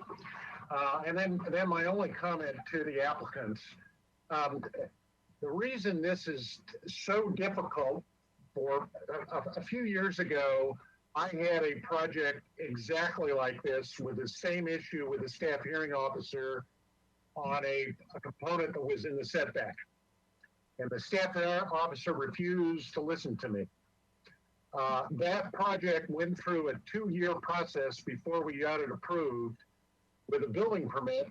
And that's because we had a neighbor who was adamantly opposed to the owners of that house and caused all kinds of problems, including turning me in to the state, federal, or the state Fair Political Action Commission, which took me months and attorneys to turn that around. And as a volunteer person on this board, I had to pay for attorneys to basically have the board come back within 3 hours of turning my paperwork in saying there is no problem, Mr. Sweeney, you did nothing wrong. So the problem is that we have dysfunction, and I've already gotten my hand slapped once already for making comments, so I'm going to curtail that, but I would encourage Ms. Asper, you can reach me offline, we can talk about it later, but I'll be prepared to make a motion for project design approval and then final at consent calendar. Thank you. All right, thank you very much. All right, Board Member Kalas, do you have any comments, please? I have no comments other than to thank the applicants for being willing to modify their proposal. All right, thank you. Board Member Klein, do you have any comments, please? No comments. I support this project. Board Member Motisha, any comments, please? No comments. I support this project. Thank you. Board Member Ziegler, do you have any comments, please? No comments. I support the project.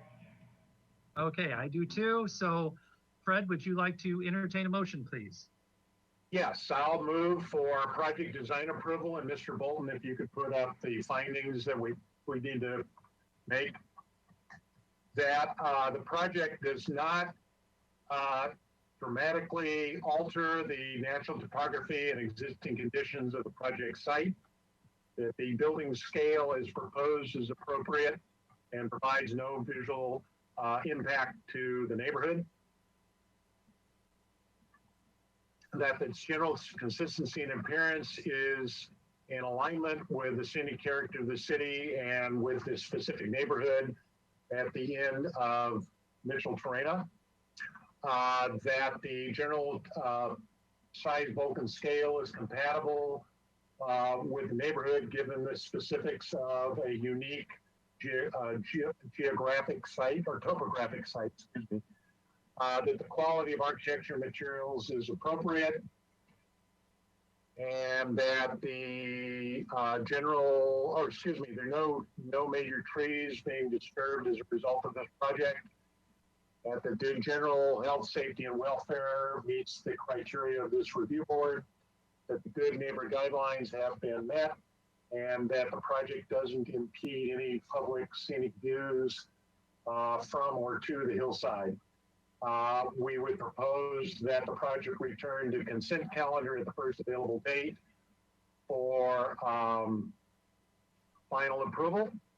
And that's my motion. And just to share with the applicants, you're not over yet. You have to get through the whole hurdle of the building department, which is a whole other situation. So don't feel like you're done yet. We understand. That's why we had to move this along. All right, thank you. May I have a second, please? Second. Okay, someone raise their hand for something. Okay, Joe seconds it. I got Joe. You win. May I have a roll call, please? Yes, this is Mary. I'll go ahead and take the roll call vote. We have Chair Miller, Yes. Vice Chair Sweeney, Yes. Board Member Kalas, Yes. Board Member Klein, Yes.